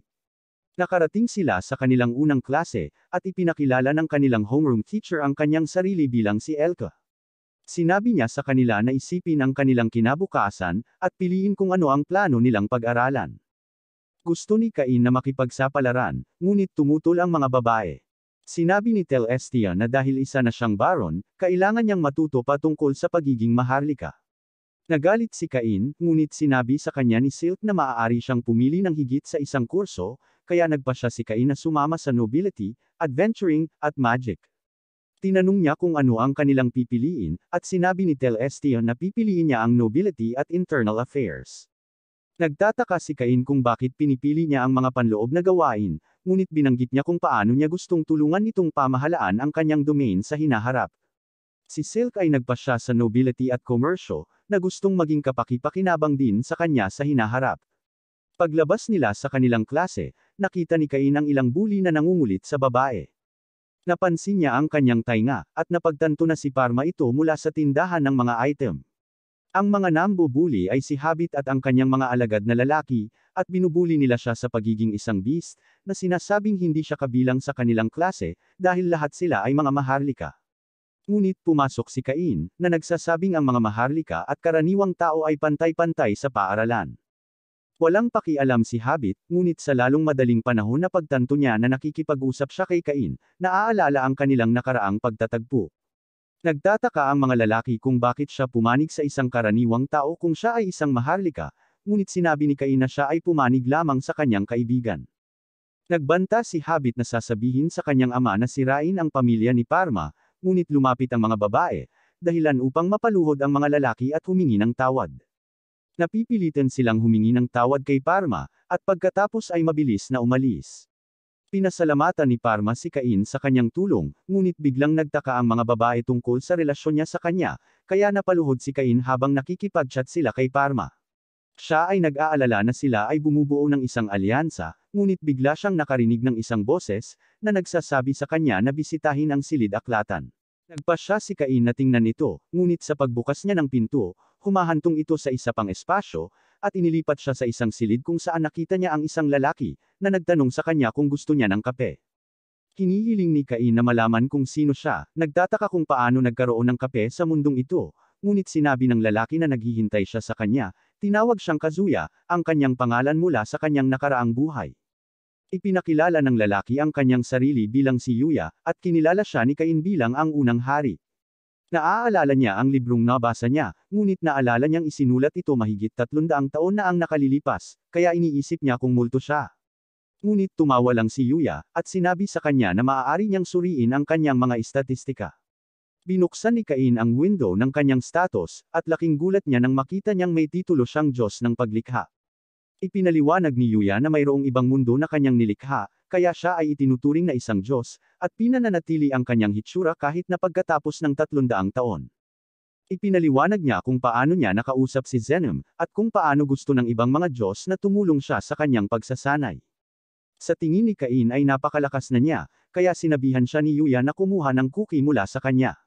Sinubukan ito ni Cain, ngunit madaling pinigilan siya ni Yuya, sinabing malayo pa ang kanyang lalakbayin.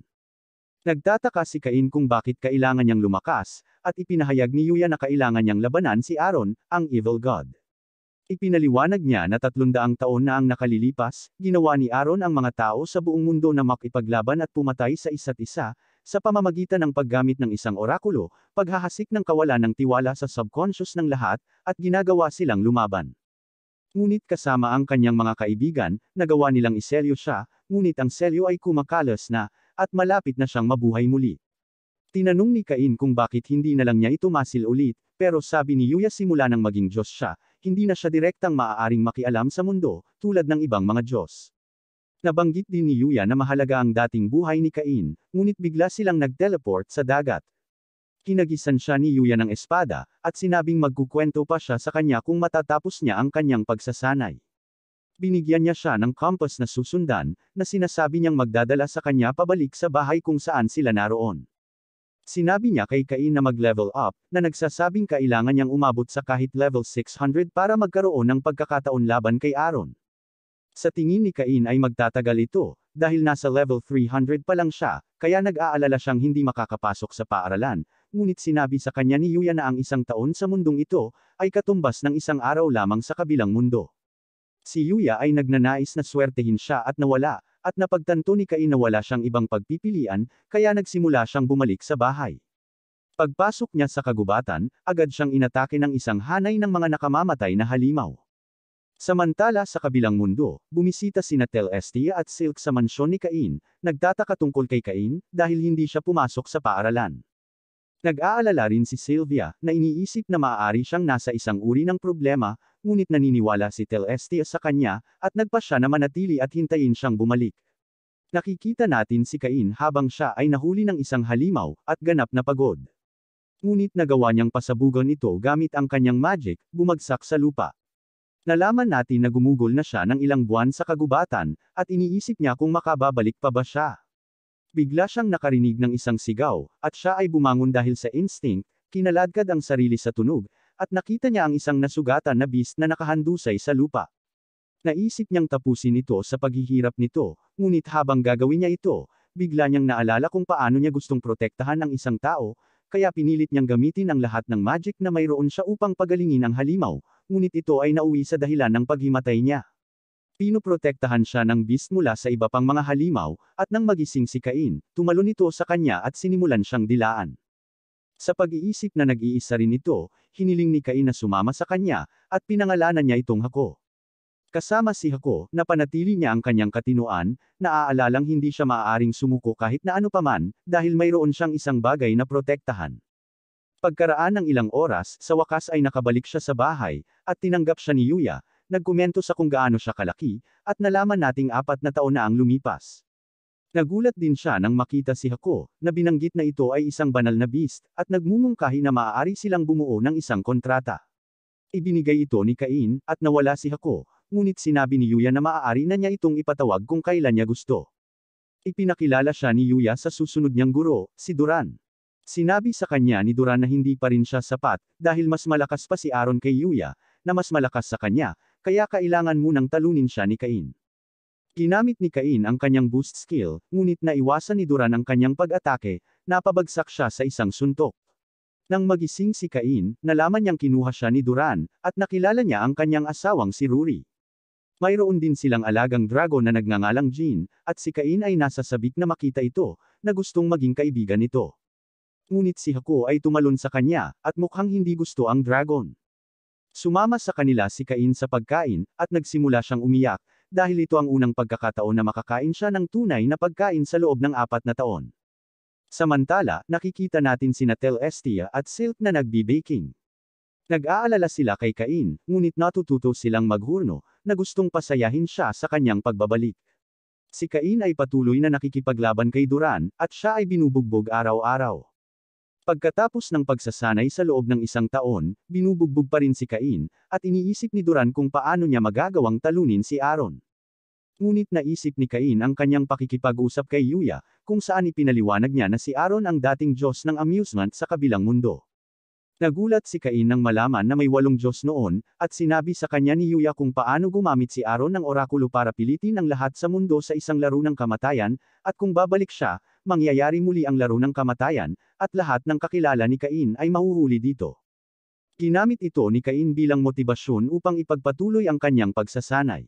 Ibinunyag din ni Yuya, ang dahilan kung bakit na-link si Aaron sa kanyang past life, ay dahil pinatay ni Aaron ang kanyang mga magulang. Nalaman natin na ang kanyang mga magulang na sina Seiya at Megumi ay namatay din sa isang aksidente sa sasakyan, at ipinatawag bilang mga bayani sa mundo. Ang mga Diyos ay hindi direktang makagambala, kaya't ang 3 sa kanila ay pinatigil si Aaron, na nagbibigay sa kanila ng isang orb na maaaring magselyo sa kanya.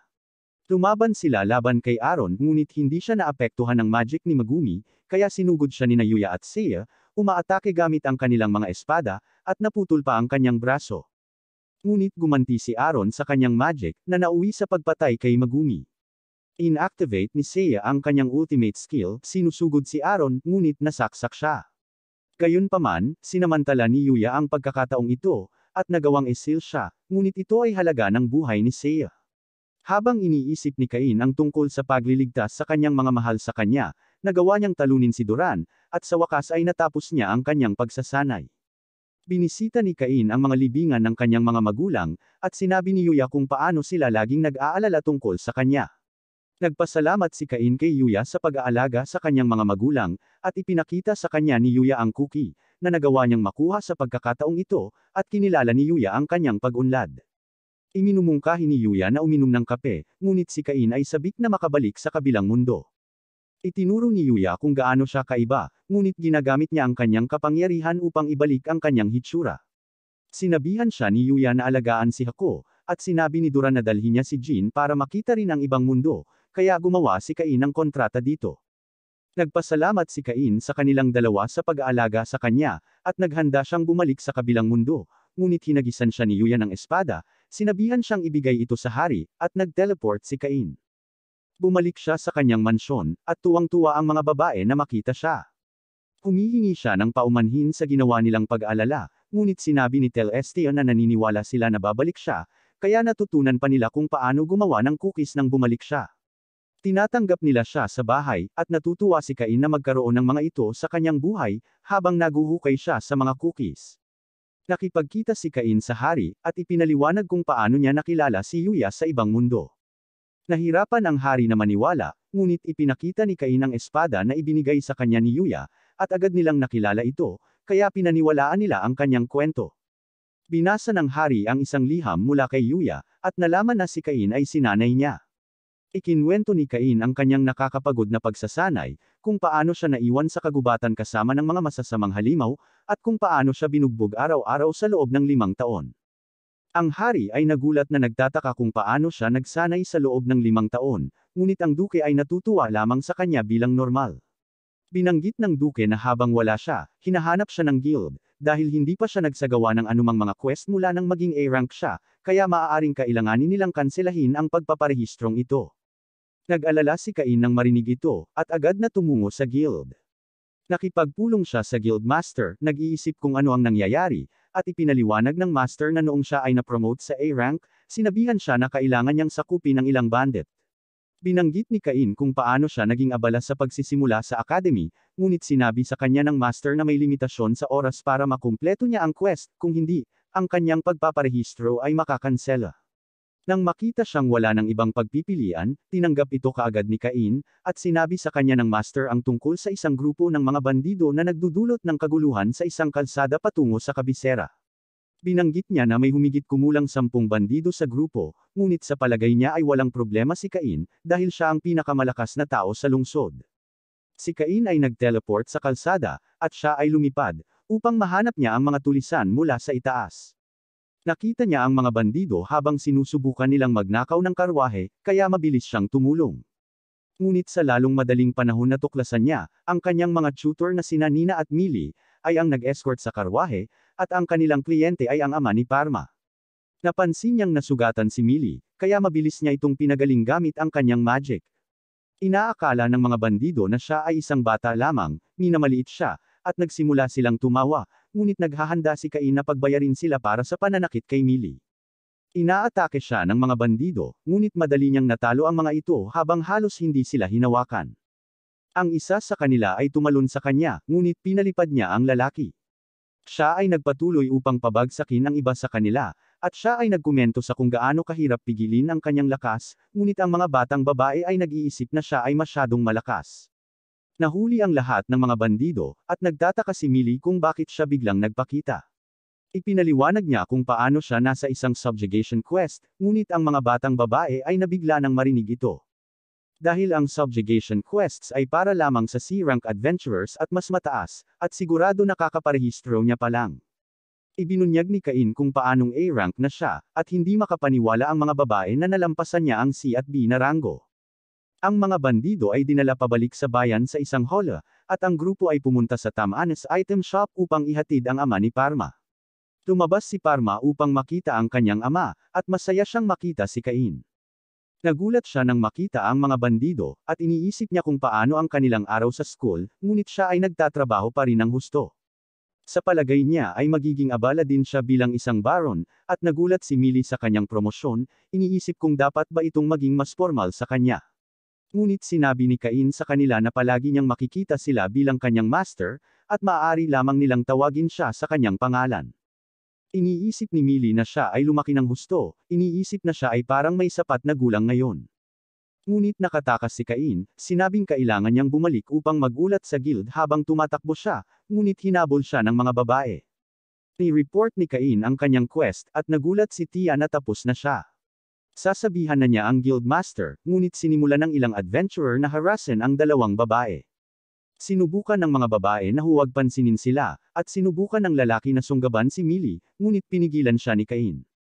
Napagtanto ng mga lalaki kung sino siya, naaalala ang kanilang nakaraang pagtatagpo, at sila ay natakot na bumagsak sa lupa.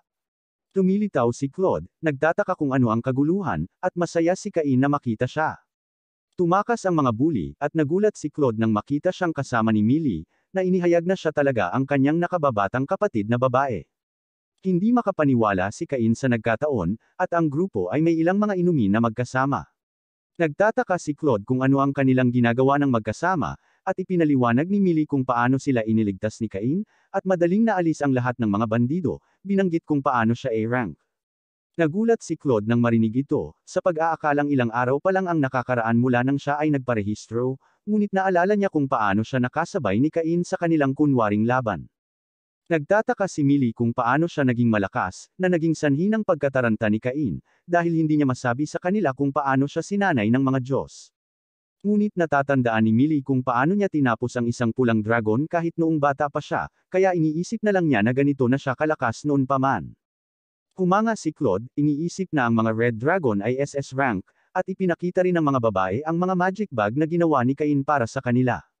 Hinihiling ni Lina na malaman kung gaano ang kaya nilang hawakan, at sinabi ni Millie na hindi niya talaga alam, dahil hindi pa niya ito napunan. Ngunit binanggit kung paano sinabi sa kanila ni Cain na maaaring magkasya ito sa isang buong mansyon, at nagseselos si Lina, sa pag-aakalang ito ay mga bagay sa klase ng pambansang kayamanan. Pinipilit din niya si Cain para sa isa, at nangako itong gagawa ng isa para sa kanya. Habang pinasasalamatan niya siya, nakatulog talaga siya, at ipinahayag ni Claude na hindi niya kayang hawakan ng husto ang kanyang pag-inom. Biglang naisip ni Cain kung paano siya hindi pumapasok sa paaralan sa loob ng isang buong linggo, kaya kailangan niyang tiyakin na hindi na siya magpapalampas sa anumang klase. Nagtataka si Claude kung bakit siya pumapasok sa paaralan gayong isa na siyang baron, ngunit ang sabi ni Cain ay marami pa siyang hindi alam.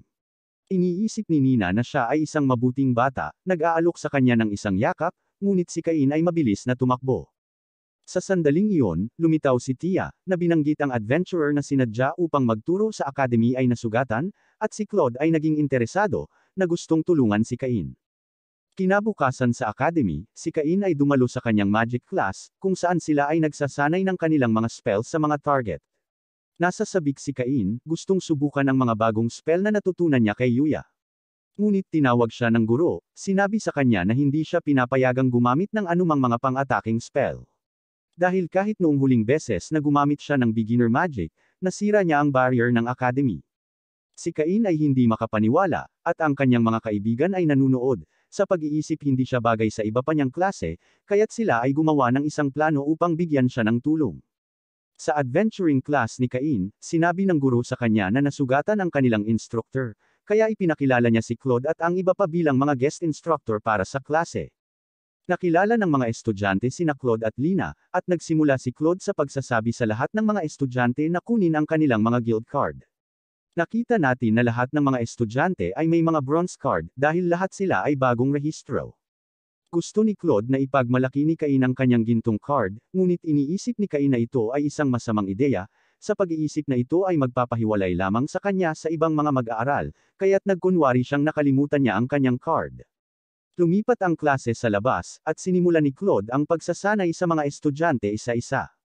Nasa sabik si Cain, iniisip na sa wakas ay maipapakita na niya ang kaya niyang gawin, ngunit patuloy na nakikipaglaban si Claude sa ibang mga estudyante. Si Cain ay hindi pinansin at nahiwalay, ngunit lahat ito ay bahagi ng plano ni Claude. Gusto muna nilang ipakita kung gaano sila kalakas sa ibang mga estudyante, at kapag si Cain ay nakasabay na sa kanya, ang ibang mga estudyante ay hahanga sa kanyang lakas, at siya ang magiging bayani ng klase. Nababalisa si Cain sa paghihintay, ngunit sinabihan siya ng isa pang estudyante na pumila. Binugbog ni Claude ang lahat ng iba pang estudyante, at si Cain ang huling pumunta. Nagsimula silang maglaban ngunit tumunog ang bell, at sinabi ng kanilang guro na tapos na ang oras. Nabigo si Cain na hindi siya nakalaban, ngunit humingi ng paumanhin si Claude sa paggulo ng oras. Nangako si Claude na lalabanan siya sa susunod, ngunit binanggit ng guro ni Cain kung paanong ang paaralan ay walang budget upang imbitahan muli si Claude, dahil ang malaking pera nila ay ginugol sa pagkukumpuni ng pader at barrier na sinira niya. Ang lahat ng mga estudyante ay nagpapasalamat sa kanila para sa pagsasanay, ngunit si Cain ay naiwang wasak na hindi niya nakalaban. Sa gabi ay asar si Cain, iniisip ang tungkol kay Claude, at siya ay nag-aalsa sa buong kagubatan. Nakatagpo siya ng isang dragon, ngunit madali niya itong tinapos sa isang laslas, at nagpaulan siya ng apoy sa kagubatan, na nagdulot ng malaking pagsabog, at iniulat ng mga gwardya na maaari silang inaatake ng prinsipe ng kadiliman. Nagpatunog sila ng alarma, at nakita nating nagmamadaling lumabas si Garm para imbestigahan ito. Huminahon si Cain pagkatapos mag-alis ng ilang inis, at nag-teleport siya pauwi, naiwan ang kanyang panyo. At nang dumating ang kanyang ama, nakakita lamang siya ng napakalaking butas, at laking gulat niya nang makita ang panyo. Kinabukasan, tinawag ng hari si Cain, na nagsabi sa kanya tungkol sa natagpuan ng kanyang ama. Iminumungkahi nila na ito ay gawain ng prinsipe ng kadiliman, iniisip na kailangan nilang makipag-ugnayan sa ibang mga bansa upang maghanda, ngunit si Cain ay naging malinis, inamin na siya yon. Pinagsabihan siya ng hari, at pag-uwi niya, tinuturuan din siya ng kanyang ama. Samantala sa isang malayong kuweba, nakita natin ang isang fragment ni Aaron, habang ito ay pinupulot ng isang goblin, at pagkatapos ay nilamon ng isang dragon. Ang dragon ay sinapian, at si Aaron ang pumalit dito, napagtanto na ang selyo sa kanya ay humina, at siya ay nabawi ang ilan sa kanyang kapangyarihan, na nanunumpa na maghihiganti sa ibang mga Diyos. Sa academy, ang klase ni Cain ay nag-aaral tungkol sa summoning magic. Tinawag siya ng guro, at sa palagay niya ay sinasabihan siyang mag-isa na mag-aral, ngunit sinabi niya sa kanya na dahil hindi sila nagsasanay ng pag-atake ng magic, pinapayagan siyang lumahok. Natuwa si Cain, at ipinakilala ng kanilang guro ang kanilang instructor na si Grat, isang salamangkero mula sa palasyo. Ipinaliwanag ni Grat na mayroong dalawang uri ng pagpapatawag ng magic, ang una ay kapag nakipag-ugnayan ka sa isang halimaw at nakipagkasundo dito, at ang pangalawang paraan ay ang pagpapatawag ng isang halimaw mula sa isang magic circle. Sinabi sa kanila ni Grat na magsasanay sila ng magic circle na nagpapatawag, at namigay siya ng mga talisman sa kanila. Sinimulan ng mga mag-aaral na ipatawag ang lahat ng uri ng iba't ibang nilalang, sinusubukan na bumuo ng mga kontrata sa kanila. Nagawa ng isang estudyante na ipatawag ang isang higanteng halimaw, ngunit tumanggi itong bumuo ng kontrata at nawala. Ipinaliwanag ni Grat na wala siyang sapat na magic power para maipasa ang halimaw, ngunit pinupuri ang batang lalaki para sa kakayahang magpatawag ng gayong halimaw sa unang pagkakataon. Nang matapos ang lahat ng iba pang estudyante, sinabi ni Grat kay Cain na oras na niya. Naghahanda si Cain na ilagay ang lahat ng kanyang magic sa bilog, ngunit nag-aalala siyang magpatawag ng isang baliw na halimaw tulad ng ginawa niya noong bata pa siya. Gayunpaman, sinabihan siya ni Grat na huwag mag-alala, sinabing mawawala lang ang halimaw kung hindi siya makakagawa ng kontrata, kaya sinabihan niya si Cain na ibigay ang lahat ng mayroon siya. Nasa sabik si Cain, inilagay ang lahat ng magic na ito sa bilog, ngunit nagsimulang magpanik si Grats, dahil napakaraming magic, at maging si Cain ay napatalsik. Lumilitaw ang isang demonyo, at nagtataka kung paano nagawang ipatawag siya ng isang tao, ang prinsipe ng kadiliman. Natarante si Cain nang marinig ito, at mabilis na nag-flash para mabulag ang iba. Iniisip ni Cain kung ang demonyo ay kaalyado ni Aaron, at ang demonyo ay nang mamaliit sa kanya dahil siya ay tao. Ginagamit nito ang kanyang kakayahan upang tingnan ang katayuan ni Cain, at nagsimula siyang lumapit kay Cain. Naghanda si Cain para sa isang labanan, ngunit agad itong sumuko sa kanya, pagkatapos makita kung gaano siya kalakas, at nag-alok na maging kanyang alagad. Nagulat si Cain, at sinabi ng demonyo na masaya siyang makipagkasundo sa kanya, sinasabing gagawin niya ang lahat para sa kanya, kahit na sirain ang isang buong bansa, ngunit sinabi ni Cain na hindi siya hihiling ng isang bagay na ganoon. Ipinakilala ng demonyo ang kanyang sarili bilang si Seth, ang prinsipe ng kadiliman, at sinabi niya kay Cain na maaari niyang tawagan siya kahit kailan niya gusto. Nawala ang demonyo, at nagtanong si Grat tungkol sa demonyong nagpakita. Ngunit sinabi ni Cain na hindi siya nakagawa ng isang kontrata dito, at ito ay nawala. Pinaniwalaan ni Grat ang kanyang kwento at napanatag si Cain na nagawa niyang pagtakpan ito, ngunit natapos na iulat ni Grat ang pangyayari sa hari. Inusisa ng hari si Cain, at napilitan siyang aminin na ipinatawag niya ang prinsipe ng kadiliman, na naging dahilan ng pagkataranta nilang lahat. Dahil kapag nagpa siya itong mag-amok, maaari nitong sirain ang kabisera sa isang kisap mata. Humingi ng paumanhin si Cain, sinabi na ang lahat lang ng ginawa niya ay ilagay ang kanyang magic sa bilog. Nagtataka si Grat kung gaano karaming magic ang mayroon siya upang matawagan ang prinsipe ng kadiliman, at iniisip ng hari na marahil ay dahil ito sa pagsasanay na natanggap niya mula sa unang hari. Hiniling niya na makita ang stats ni Cain, at binalaan niya si Grat na huwag magsalita ng anumang makikita niya. Binuksan ni Cain ang window ng kanyang status, at nabigla sila nang makitang mayroon na siyang titulong demigod, at naging hindi nasusukat ang kanyang stats. Nagtataka ang hari kung ano ang nangyayari, at yumuko si Grat sa kanya, tinawag siyang Diyos. Iniisip ng duke na dapat nilang simulan ang pagtawag sa kanya ng master, at ang hari ay nag-aalala na mayroon siyang kapangyarihan na sirain ang buong mundo. Ngunit sinabi ni Cain na wala siyang intensyon na gawin ang anumang bagay na iyon, na sinasabi sa kanila na tretuhin lamang siya gaya ng karaniwan nilang ginagawa. Nagpa siya ang hari na e-promote siya sa isang viscount, na nagbibigay sa kanya ng isang buong bayan, at nagpa siya na ipahayag sa publiko ang kanyang engagement sa prinsesa. Pagbalik sa kanyang bahay, binati siya ni Sylvia sa kanyang promosyon, iniisip kung saang lugar ang ibibigay sa kanya, at ang ibig niyang sabihin ay dapat itong isang bayan malapit sa Kapitolyo. Naisip ni Sylvia na dapat silang magdiwang, ngunit biglang nagdala ng balita si Corin, na nasaksihan ng kanyang kapatid ang isang pagsalakay sa kagubatan ng mga halimaw. Kaagad na bumalik si Cain sa Gracia, at binisita ang tahanan ng kanyang pamilya, kung saan nakipagkita siya sa kanyang kapatid. Sinabi sa kanya ng kanyang kapatid na may malaking pagtaas sa bilang ng mga adventurer na inaatake sa kagubatan sa nakalipas na ilang buwan, kaya nagpadala siya ng mga may mataas na ranggo na adventurer upang tingnan ito, at iniulat nila na ang bilang ng mga halimaw sa kagubatan ay dumami, at sila ay naging savage.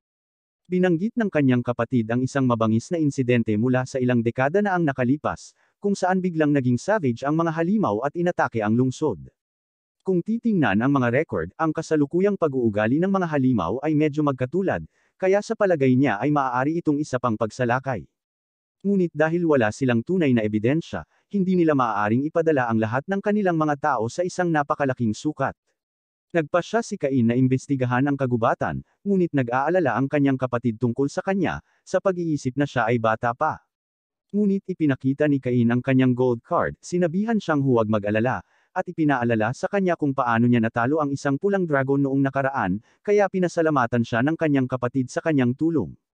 Nagtungo si Cain sa Adventurers Guild, at minamaliit siya ng clerk dahil bata pa lang siya, ngunit laking gulat niya nang makita niya ang kanyang gold card.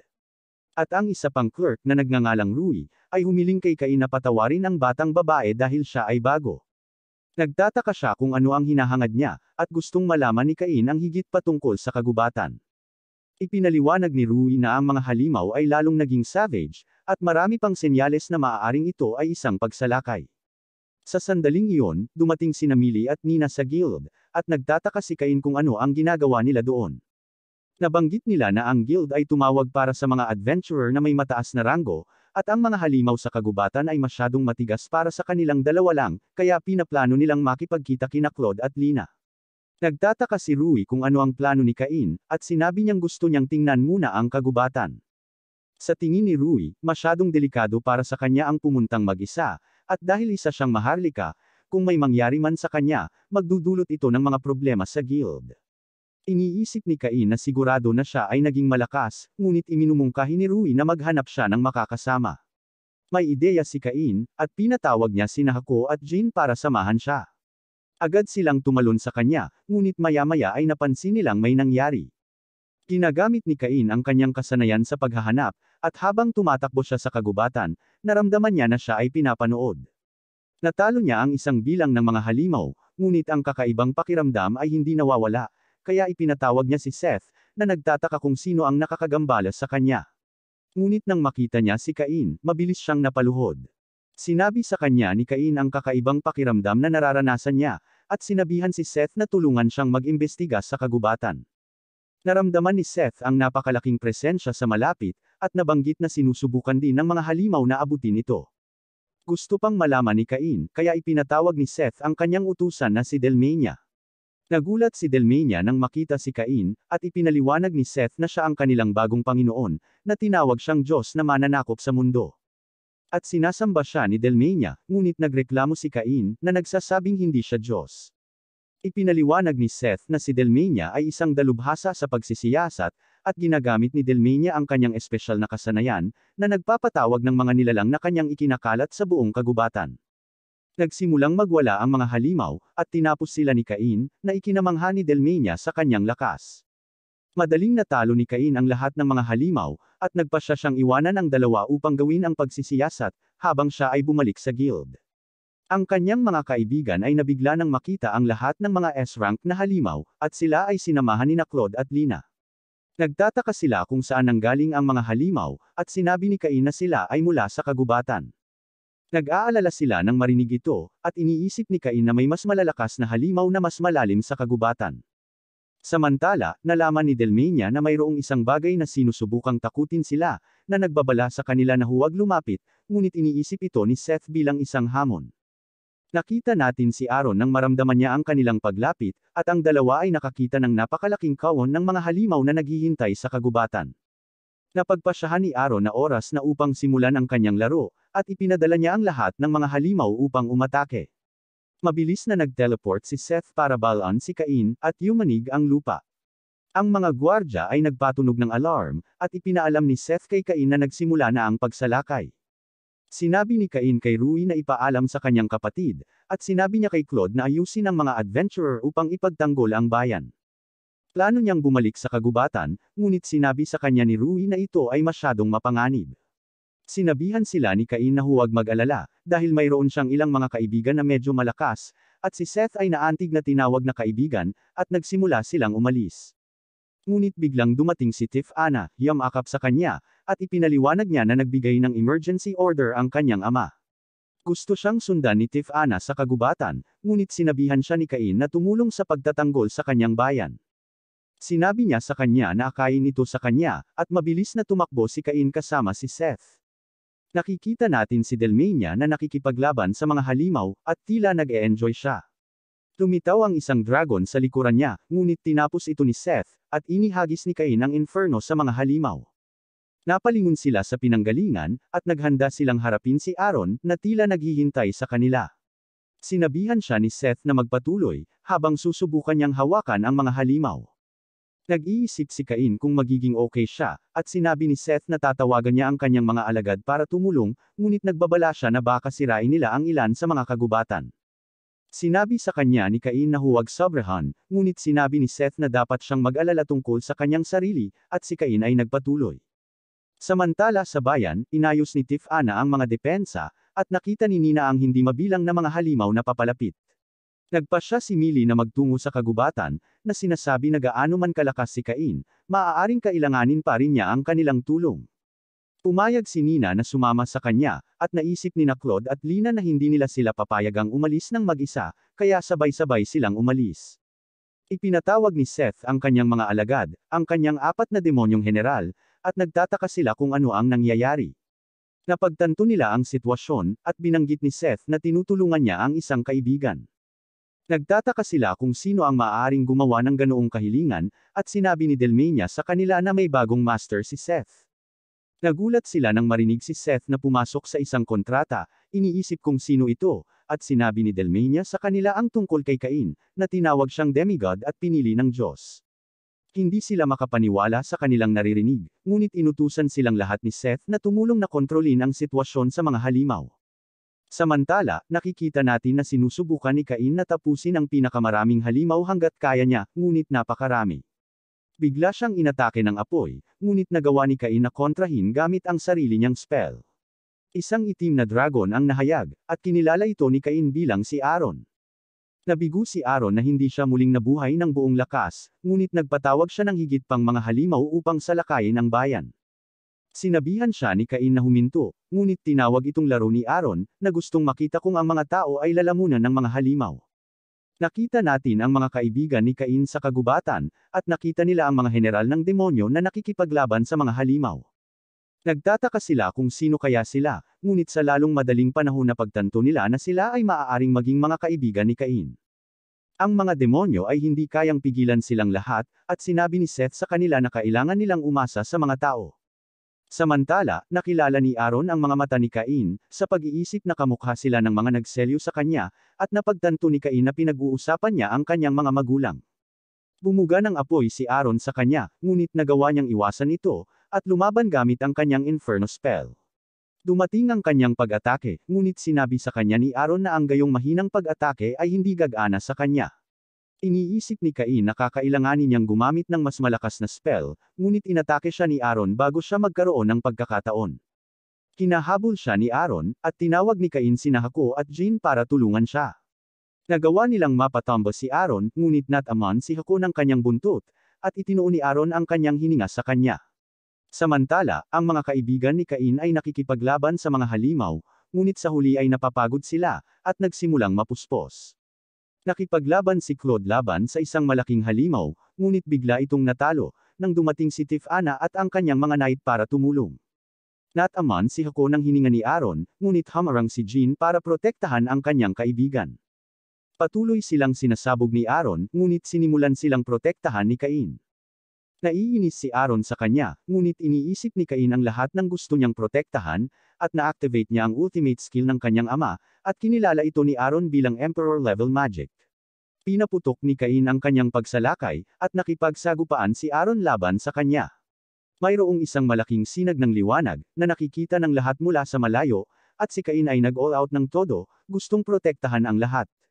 Pero bigla siyang kinagat ni Hako at Jean, at nagtataka si Cain kung ano ang ginagawa nila. Si Seth at Delmenia ay lumitaw, na nagsasabi sa kanya na siya ay nasobrahan, at nakita natin na wala nang natitira kay Aaron, at ang laban ay tapos na. Napagtanto ni Cain na tapos na ang pagsalakay, at sinabi nila sa kanya na ang lahat ng mga halimaw ay umatras pabalik sa kagubatan, kaya ligtas ang bayan. Si Cain ay nagdiwang kasama ang kanyang mga kaibigan, ngunit nakikita natin na siya ay pinagalitan ng hari. Nagtanong ang hari tungkol sa sinag ng liwanag, na nagsasabi na ito ay nakikita sa buong kaharian, at nagsimulang isipin ng mga tao na iyon ang pagdating ng Diyos. Sinabi ni Cain na kailangan niyang gamitin ang kanyang emperor-level magic laban kay Aaron, ngunit ipinaalala sa kanya ng hari na hindi niya dapat basta-basta ginagamit ang gayong mapangwasak na magic.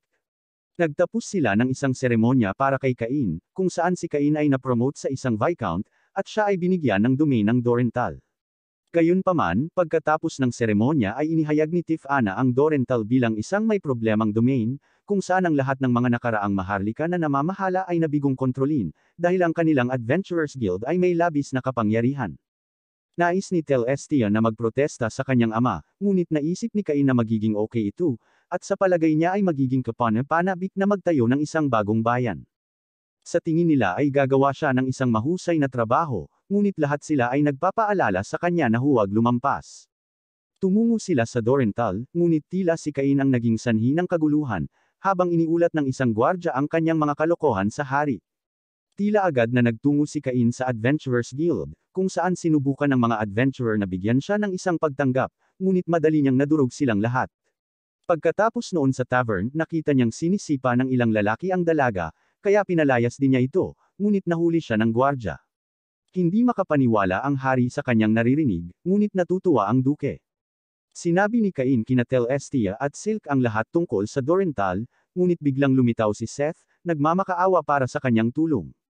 Ipinaliwanag ni Seth na pinalayas siya ng kanyang asawa dahil nahuli siyang nanloloko, ngunit biglang sumulpat ang kanyang asawa. Iginagalang niya si Cain, ngunit iniisip niya kung ano ang iniisip nito tungkol sa mga aksyon ni Seth.